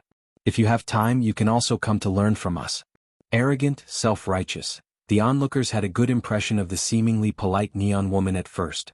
However, when they heard her words, they immediately lost their good impression and began to denounce her. Chin Haodong said lightly, "You think too much. Although traditional Chinese medicine is in decline now, it's not something you peeping scholars can imagine." Chiba Mieko smiled slightly and seemed to not care about the words of the people around her. She said with great conceit, "To tell you the truth, I'm a member of the cultural exchange group from Neon to Wuxia. From tomorrow on, we will challenge Wuxia's medical skills. If Mr. Chin is interested, you can go and have a look. Then you will know what real traditional Chinese medicine is like." Chin Haodong's expression changed. No wonder so many Neon people had suddenly appeared. It turned out that they were members of the cultural exchange group. It seemed that this time the Neon people had a big plan. There were many directions to challenge, including traditional Chinese medicine.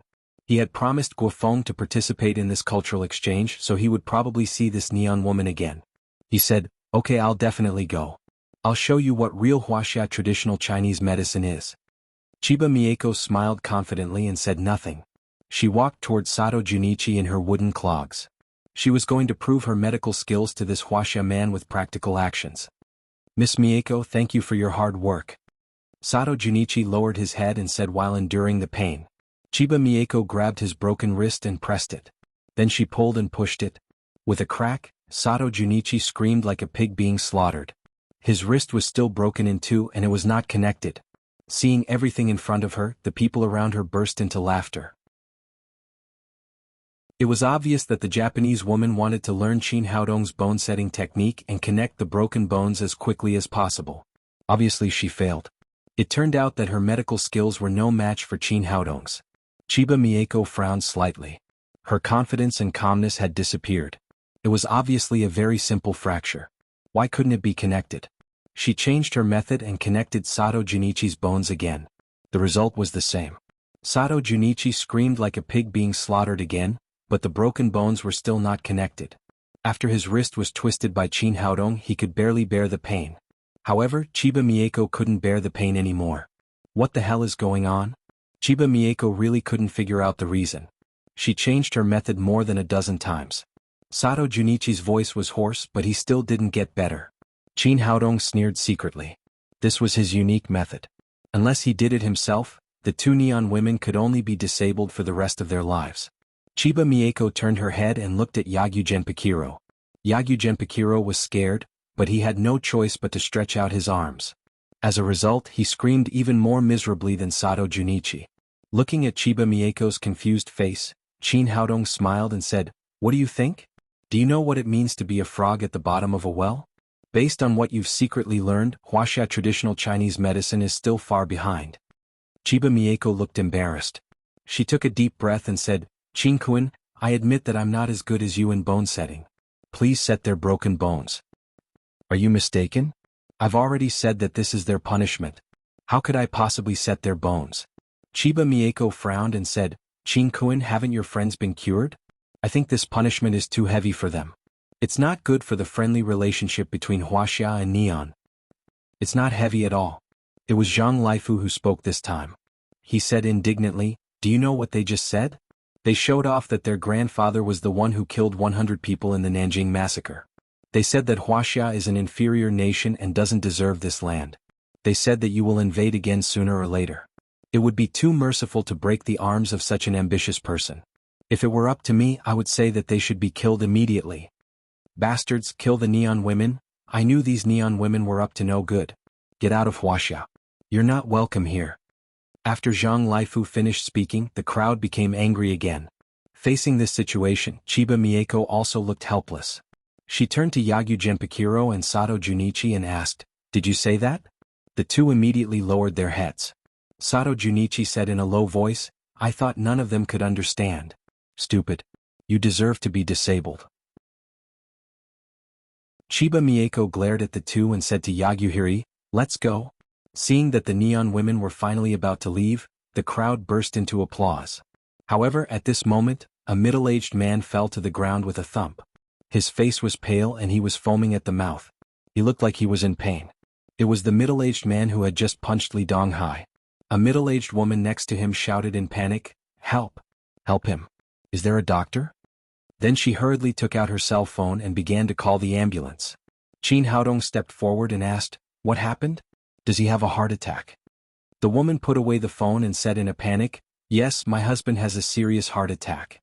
We had an appointment to go to the capital for heart bypass surgery the day after tomorrow. I didn't expect that he would get sick now. Maybe it's because he was too excited just now. Chiba Mieko, who had been about to leave, walked back. She glanced at the man on the ground and said to Qin Haodong, he has a serious heart attack. He won't be able to hold on until the ambulance arrives. If you can cure my two men, I can help him slow down his condition. I'm sure there will be no problem before the ambulance arrives. Then she took out a bag of silver needles. It seemed that she was going to perform acupuncture on the man. Qin Haodong sneered, I told you that what you have learned is just a little bit of traditional Chinese medicine. You are far from being a real traditional Chinese medicine practitioner. I can cure him in minutes. Impossible. That's impossible. The patient's condition is so serious that he needs a bypass surgery. How can he be cured by traditional Chinese medicine? Chiba Mieko looked incredulous. It's impossible in your eyes, but it's not difficult for me. Qin Haodong took out the needle bag from his pocket and said to the middle-aged woman, sister-in-law, let me try. The middle-aged woman had just seen Qin Haodong's magical medical skills in setting Zhang Laifu's bones. She nodded and said, brother, please cure my husband. Don't worry. I promise he will be alive and kicking in a few minutes. Qin Haodong had a good impression of this middle-aged man with great integrity. First, he took out a physique-improving pill and fed it to the man. Then he began to treat the disease with acupuncture. First, he took out a silver needle and pierced it into the middle-aged man's Shinshu acupoint. Then he flicked the end of the needle with his finger. The end of the needle trembled quickly and delivered pure green with genuine qi to the middle-aged man's heart. The rejuvenative needle was best at repairing damaged tissues and meridians. As the silver needles were inserted one by one, the man's body stopped twitching, and his pale face became ruddy. Amazing, it's amazing. It's the first time I've seen such amazing acupuncture. The onlookers marveled at Qin Haodong's medical skills. The middle-aged woman breathed a sigh of relief and finally felt relieved. Chiba Mieko looked confused. She usually boasted that she was good at all kinds of acupuncture methods, but after watching for a long time, she still couldn't recognize what kind of acupuncture method Qin Haodong had used. 5 minutes later, Qin Haodong had repaired all the clogged blood vessels of the middle-aged man. He took back the silver needles and patted the man's chest again. Okay, get up.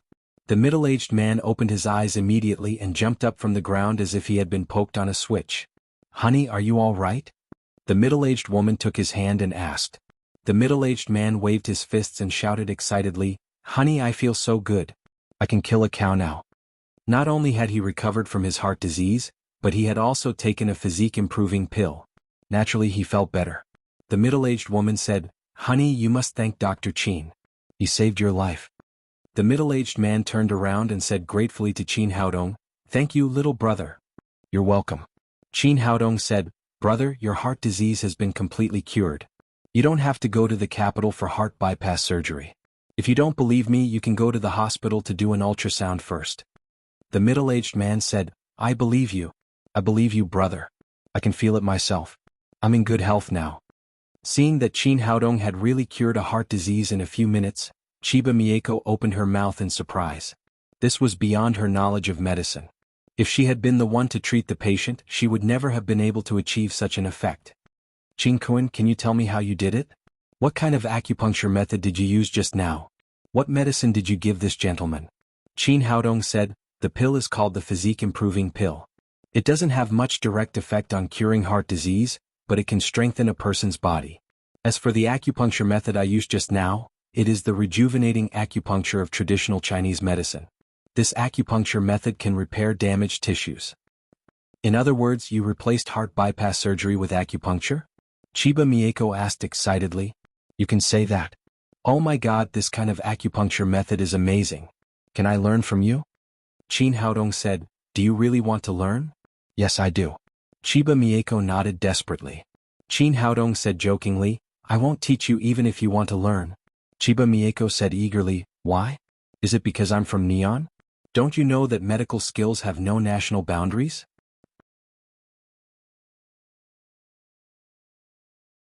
Chapter 258. Don't pressure me with those principles. It doesn't work on me. Qin Haodong said, "Why should I teach you? There's no reason. Do you want to brag that the essence of traditional Chinese medicine is in Neon after you learn it? You've stolen too many things from Wuxia over the years, but you're not grateful at all. You just bite the hand that feeds you." A trace of shame flashed across Chiba Mieko's face. She suddenly felt her cheeks burning. She was the core representative of the Neon cultural delegation to challenge traditional Chinese medicine. That was why she had just confidently shouted that the essence of traditional Chinese medicine was in Neon. She hadn't expected to be slapped in the face in an instant. Not only was her medical skill inferior to Qin Haodong's, but she also didn't even know the acupuncture method. She had been slapped in the face. "Let's go." She was too ashamed to stay there any longer. She turned around and hurried out of Riverside Tower. Yagyu Hirai glared at Qin Haodong and followed her with the two Neon people with their arms hanging down. After they went out, they got into a very large limousine. Chiba Mieko said to a person who looked like a secretary in the car, "Find out about a man named Qin Haodong immediately. Find out where he came from." Seeing Chiba Mieko's serious expression, Yagyu Hirai comforted her. "Miss Mieko, you don't have to worry too much. He's just good at bone setting and acupuncture. Traditional Chinese medicine is broad and profound. His overall attainments are definitely not as good as yours." Chiba Mieko breathed a sigh of relief and said, "I hope so. If Qin Haodong's overall performance is as good as this, then his challenge of traditional Chinese medicine will be a joke." At that moment, the secretary said, "Miss Mieko, I found it." Then she handed over the laptop in her hand. Chiba Mieko looked at the information displayed on the screen. The more she read, the more serious her expression became. A few minutes later, she closed the laptop and closed her eyes. She couldn't calm down for a long time. Yagyu Hirai couldn't help but ask, "What's wrong? Is there anything special about this guy?" Chiba Mieko's eyelashes trembled slightly as she said word by word, "Qin Haodong is known as the medical sage of Wuxia. He has been awarded the title of National Grand Master of Traditional Chinese Medicine by the Wuxia government. He's the youngest National Grand Master of Traditional Chinese Medicine in thousands of years." Yagyu Hirai said, "Medical sage? Isn't this a little exaggerated? Perhaps this fellow has some background, and his reputation is undeserved." Chiba Mieko continued, "Not long ago, he cured the tumor in old Maldini's head without surgery. It was a miracle in the history of medicine. A few days ago, he developed a traditional Chinese medicine called the Blood Revival Oral Liquid, which can cure leukemia. I heard that it will be mass-produced soon." Both of these things were heavy bombs, so Yagyu Hirai could no longer say anything. Leukemia was a problem that the whole world could not solve, but it had been solved by such a young man. It was useless for him to say anything now. After a long silence in the limousine, Hirai Yagyu said, Miss Mieko, since we've already issued a challenge, don't think too much about it. Maybe Qin Haodong won't attend this cultural exchange meeting. I hope so. If this person participates, I will definitely lose. It was difficult for Chiba Mieko to say this. She had learned medical skills from her teacher since she was a child. She was a famous genius girl of traditional Chinese medicine in Neon and enjoyed a high reputation. That was why she had taken on the responsibility of challenging traditional Chinese medicine in Celestial Empire. She hadn't expected that she would be overwhelmed before the competition began. She had always been proud and could not accept this. Yagyu Hirai did not speak. As the young master of the Yagyu family, he was the head of the cultural exchange delegation. He would challenge Celestial Empire in 5 aspects: traditional Chinese medicine, Celestial Empire zither, calligraphy and painting, tea ceremony, and antique appraisal. Even if Chiba Mieko failed, it would not have much impact.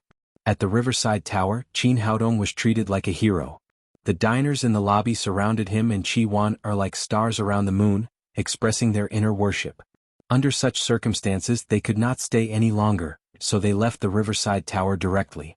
After getting in the car, Qin Haodong drove Qi Waner home, while Qi Waner was fiddling with the computer. Did you find out? What's Chiba Mieko's background? Qin Haodong asked.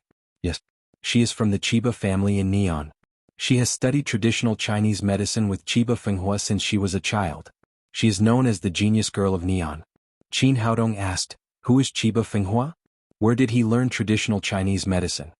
Qi Waner said, Chiba Fenghua participated in the invasion of Celestial Empire in the last century. After he was injured, he was treated at the home of an old Chinese medicine practitioner. Before he was cured, Neon announced its defeat and surrendered. Chiba Fenghua did not return to the army. He followed the old Chinese medicine practitioner as an apprentice. After studying for 10 years, he returned to Neon and brought traditional Chinese medicine back with him. Qin Haodong frowned and said, these Neon people really have no conscience. They have been helped by Celestial Empire and learned traditional Chinese medicine. Not only do they not want to repay us, but they also come back to provoke us. Qi Waner said, Neon people have always been like this. At first they lived like savages on that small island. Later they learned weaving, iron making, farming and other skills in Celestial Empire. When they finished learning, the first thing they did was to start a war. Qin Haodong said, check again. What is the purpose of this cultural exchange held by the Neon people? Qi Waner's fingers were jumping on the computer keyboard. After a while she said, the general situation is like this. This cultural exchange is a folk activity. The initiator of the Neon people is the Yagyu family. Their purpose is to attack Celestial Empire from a spiritual level. This is the usual trick of the Neon people. Before the last war, they sent a large number of warriors to challenge the martial arts of Celestial Empire. The purpose is to attack the confidence of the Celestial Empire people. It seems that these Neon people are still not giving up. Qin Haodong said with a sneer, since they are here, let them see how big the gap between them and Celestial Empire is. After driving Qi Waner back to Daddy's security company, Qin Haodong drove back, thinking about the exchange while driving. It was almost midnight and there were fewer and fewer people on the street. He drove very fast. Suddenly he faintly heard a cry for help. He looked up and saw that on the side of the road 400 or 500 meters away, 2 punks were dragging a young woman to the nearby bushes. The woman struggled desperately, but how could a weak woman be a match for 2 strong men? Soon, her mouth was blocked by one of the punks and she could only make a whining sound. Qin Haodong's face was cold and his whole body was full of killing intent. He had already seen that the woman being torn by the punks was his sister, Wang Rubing. He suddenly stepped on the ground and the Lamborghini Centenario, like an arrow leaving the bow, rushed to the scene of the accident and stopped with a harsh breaking sound. Seeing Qin Haodong jump out of the car, a punk with a hairstyle took out a spring knife from his waist and shouted fiercely, "Boy, do you want to die? Get out of here if you want to die. Don't hinder me from having fun. Get out of here if you want to die. Don't hinder me from having fun." As soon as he finished speaking, before he could see what was going on, Qin Haodong had already come to his side, and then there was a sharp pain between his legs. There was a sharp pain, and amidst the sound of an egg breaking, the punk was directly sent flying. The other punk who was controlling Wang Rubing was shocked. He originally wanted to pull out the knife from his waist and take Wang Rubing as a hostage, but as soon as his hand touched the handle of the knife, his whole body flew out, and 4 or 5 ribs were broken in the sound of cracking. The two immediately realized that they had met a tough character. Regardless of the pain, they got up from the ground and fled. Qin Haodong did not chase them again. He had just used his hidden strength to cut off the heart meridians of the two people, and it would take a few days for them to die of a heart attack. He turned back to Wang Rubing and said with concern, "Sister, how are you? Are you okay?" Wang Rubing's hair was messy, and her silk skirt had been torn by the two punks, and a large area of her snow-white skin was exposed. She threw herself into Qin Haodong's arms and burst into tears. As a girl who had just graduated, she had been completely scared just now. She thought that her life was over. Fortunately, Qin Haodong appeared in time. Qin Haodong patted her on the back and comforted her. "Sister, don't cry. I've cleaned up those two bastards for you." Wang Rubing just kept crying and her tears wetted Qin Haodong's chest. She didn't raise her head until she had cried enough. Qin Haodong said, "Sister, your clothes are torn. I'll take you to buy one." "No, I've brought it." Wang Rubing wiped her tears and found a suitcase from the nearby bushes, which had just been thrown in by the punks. She opened the suitcase, took out a long skirt from it, and changed her clothes in the bushes.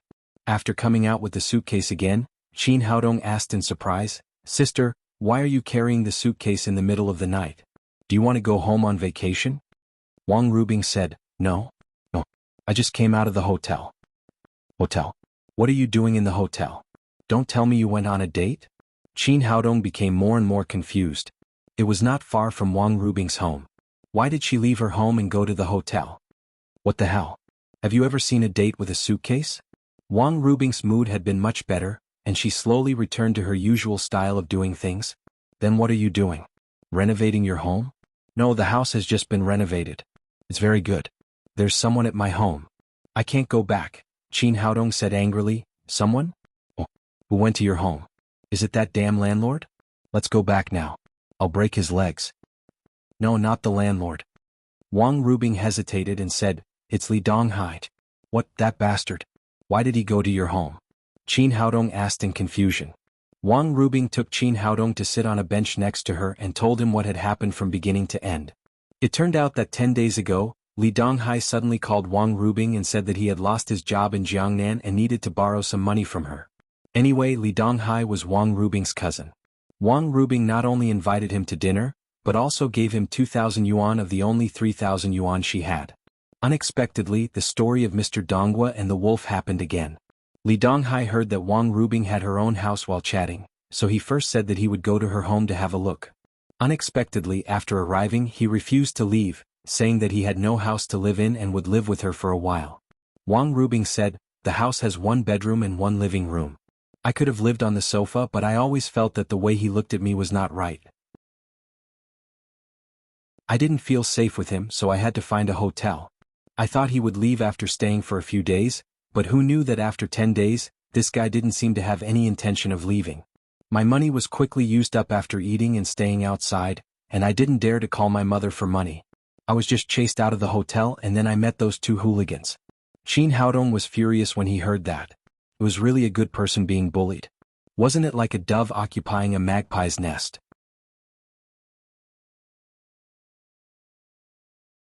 Chapter 259. Let's go. I'll send you back now and get rid of that bastard. Qin Haodong was so angry that his lungs were about to explode. Wang Rubing was in danger tonight because Li Donghai had occupied the house. If he hadn't happened to be there, this bastard wouldn't be able to make up for the harm he had done to Wang Rubing even if he died 10,000 times. It's already midnight. It's not a good time to go back now. Why don't we go tomorrow? Wang Rubing said with some hesitation. What? You have to get rid of him now. That's your house.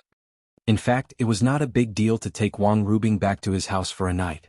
The point was that Qin Haodong couldn't vent his anger. All right then. Wang Rubing took her suitcase and got into Qin Haodong's car. They rushed to her house together. When they arrived home, Wang Rubing opened the door with the key. As soon as she entered the house, a strange smell came. She turned on the light and saw that the living room was full of all kinds of garbage. There were fast food boxes, cigarette butts, drink bottles, and all kinds of food residue. It was just like a garbage dump. She was a very clean girl. The house had been clean since she moved in. She didn't expect that it would be ruined by Li Donghai in just a dozen days. This bastard. Seeing the scene in front of her, Wang Rubing was also angry. She was about to open the bedroom door to get even with Li Donghai, but Qin Haodong stopped her. His six senses were sharp. At this time he had already heard strange sounds coming from the bedroom. It was obvious that someone was doing sports that were not suitable for children. Li Donghai had brought a dubious woman here. "You wait for me here," Qin Haodong said as he walked to the bedroom. After pushing the door open, he directly pulled the quilt over the two people who were busy on the bed. Then he punched and kicked them crazily to vent his anger. Although he did not use his inner strength, the two people on the bed were crying for their parents and howling in pain. Li Donghai cried, "Brother, I was wrong. Please let me go." The woman cried and cried, "Honey, forgive me. I won't dare to do it again." It turned out that Li Donghai had found a married woman to have an affair here. Qin Haodong vented enough and said, "You two put on your clothes and get out of here." After that he returned to the living room. At this time, although Wang Rubing did not enter the room, she knew what had happened. She was so angry that she trembled. She did not expect that Li Donghai would do such a dirty thing in her home. A few minutes later, Li Donghai and a woman came out of the house. Both of them were beaten black and blue. If Wang Rubing hadn't known that it was Li Donghai who lived here, she wouldn't have been able to recognize who he was. Li Donghai went out and saw the two men. When he saw that they were not women's husbands, he immediately became tough and said angrily, "Qin Haodong, what are you doing? Why did you hit me?" Qin Haodong said coldly, "This is the house I bought for my sister. It's not your turn to live in it. Get out of here." Li Donghai said, "I don't care who bought it. This is Rubing's house. She didn't kick me out. Why would you kick me out?" Wang Rubing said angrily, "Li Donghai, you're too shameless. Look at what you've done to my house. You're not welcome here. Get out of here with this rotten woman." Little b*t, who are you calling a rotten woman? The woman was so scared that she almost peed her pants. She was so angry that she vented all her anger on Wang Rubing. She even rushed at her with her teeth and claws. But before she could touch Wang Rubing, Qin Haodong kicked her in the lower abdomen. She flew out and hit the wall behind her. "If you dare touch my sister, I'll kill you now." Qin Haodong was so angry that he had met two shameless people. They occupied the house and even wanted to beat the owner. If it weren't for his grandparents, he would have killed them. The woman fell to the ground and hurt like a shrimp. She struggled to get up, grabbed Li Donghai's arm and cried, "Honey, he hit me. Take revenge for me." Li Donghai knew that Qin Haodong couldn't do anything to him for the sake of his grandparents, so he had always been fearless. But he didn't have the guts to hit Qin Haodong. He cried out fiercely, "Qin Haodong, why did you hit me?" Qin Haodong said coldly, "I'll give you 2 minutes to get out of here, or I'll throw you two down the stairs." Li Donghai said to Wang Rubing, "Sister, it's so late today. Let us stay here for one more night. I'll definitely move out tomorrow." Qin Haodong knew that he couldn't give such a wicked person a chance. He refused immediately, "No. Only 2 minutes. Get out of here."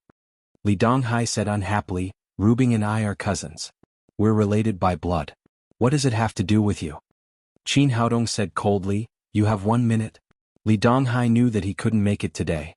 He took the woman's hand and began to pack up. Before they went out, he said provocatively, "Can you stay here all the time? I'll come back after you leave." This reminded Qin Haodong that if he didn't take some measures, this guy would definitely come to bother Wang Rubing tomorrow. Qin Haodong reached out his right hand and drew in the air a few times. Then he pointed at Li Donghai and a yellow light went into his mud pill palace. Li Donghai was shocked and said in horror, "What did you do to me?" Qin Haodong said, "Remember not to come within 100 meters of this place in the future, or you'll suffer. You're bluffing. Or are you trying to scare?" Li Donghai's head suddenly hurt as soon as he finished speaking. The pain was so terrible that it felt like it was going to explode. Qin Haodong sneered and said, "How do you feel? Does it feel good?" When he was traveling around in the cultivation world, he once lived in a temple for half a month. The abbot of the temple was called Master Yuanjin. He was a very interesting senior monk. At that time, there were often wild dogs around the temple and they bit the pilgrims in the temple from time to time. Although Master Yuanjin's cultivation was very high, he was not allowed to kill. Later he came up with a way to develop a talisman called the dog repelling charm. When this talisman was used on the wild dogs, they would have a splitting headache once they were within 100 meters of the place where the talisman was used. It was very effective. Moreover, the level of this talisman was very low. As long as one reached the foundation realm, he could draw talismans in the air. It was also convenient to use. At that time, Qin Haodong felt that this method was very interesting, so he learned it. Today it came in handy. He put a talisman on each of Li Donghai and the woman. Li Donghai didn't even have the strength to speak now. He took the woman and ran away in a panic. When they were 100 meters away, he found that his head was magically fine. He took a deep breath and tried to take 2 steps back.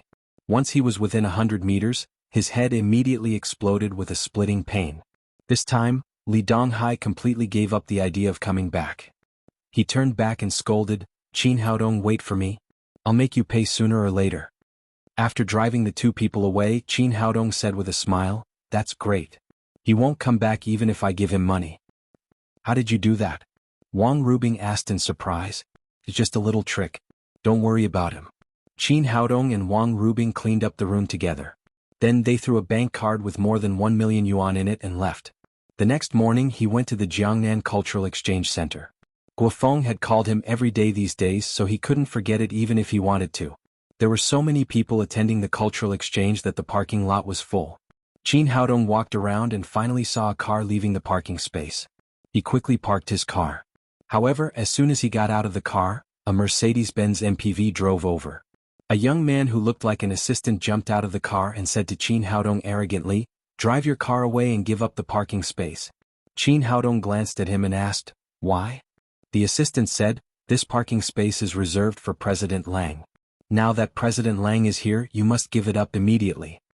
Qin Haodong said, "Do you think I'm uneducated? Why is there no sign of the reserved parking space? Besides, there was a car here just now. I parked it after he left. How could it be a reserved parking space?" The assistant was bluffing. Seeing that Qin Haodong's words were reasonable, he was at a loss for words for a while, but he still said, "Don't think you're great because you're driving a good car. If President Lang's cultural exchange is delayed, you can't afford to bear the responsibility." Qin Haodong didn't want to talk nonsense with this kind of person. He shook his head and went straight to the gate. The assistant was so angry that he glared, but there was nothing he could do. He could only continue to drive to find a parking space. A middle-aged man in his 40s in the car glanced at Qin Haodong with dissatisfaction in his eyes. After entering the gate of the venue, Guofeng was talking to Gao Fengwen. When they saw Qin Haodong, they immediately greeted him. Guofeng took Qin Haodong's hand and said, "Brother Qin, you're here. If you hadn't come, I wouldn't have felt confident." Gao Fengwen also said, "Yes, Dr. Qin. Now that you're here, our Chinese Medicine Practitioner Association will be more confident. I called you several times a few days ago, but I couldn't get through. Later, I heard from President Guo that he had invited you. I've been waiting for you here." Qin Haodong said, "The Japanese came to provoke us. As a member of Wuxia, it's my duty to do what I can." Gao Fengwen said, "Dr. Qin, our people are all here. Let me introduce them to you." After that, he and Guofeng accompanied Qin Haodong to the rostrum. The people present were very surprised. They didn't know who this young man was and why Gao Fengwen and Guofeng, who had always been respected, valued him so much. There were 6 chairs on the rostrum. At this time, 3 people were already sitting. One was a white-haired old man in his 60s, one was a middle-aged man in his 40s, and the other was a beautiful woman in her 20s. Qin Haodong was surrounded by beautiful women. He had seen many beautiful women, but this woman had a unique temperament. She sat there like a bowl of light tea, giving people a very quiet feeling. At this time, Gao Fengwen said, "Everyone, let me introduce you. This is Qin Haodong, the medical sage I mentioned to you." It turned out that this cultural exchange was completely a folk activity. The Yagyu family had sent a letter of challenge to the Chinese Medicine Practitioner Association, the Antique Association, the Music Association, the Calligraphy and Painting Association, and the Tea Ceremony Association in Jiangnan City. Finally, the leaders of these associations got together and set up a temporary group for this cultural exchange. Gao Fengwen was elected as the group leader because he was highly respected. The presidents of the other associations were members of the group. At the same time, under the recommendation of Gao Fengwen and Guofeng, Qin Haodong, who was not present, was also included in the group. At this time, the middle-aged man in his 40s said, "I didn't expect that the person recommended by President Gao and President Guo would be so young. Is he a rich son of a rich family?" You're tuning in to the Han Li's Wuxia Adventures YouTube channel. We're so grateful for your support, and don't forget to subscribe to join us on this incredible journey through captivating stories. Your generosity through donations truly makes a world of difference, as it's the primary source of revenue that allows me to expand and enhance this channel for you. Thank you from the bottom of my heart for being a part of this adventure.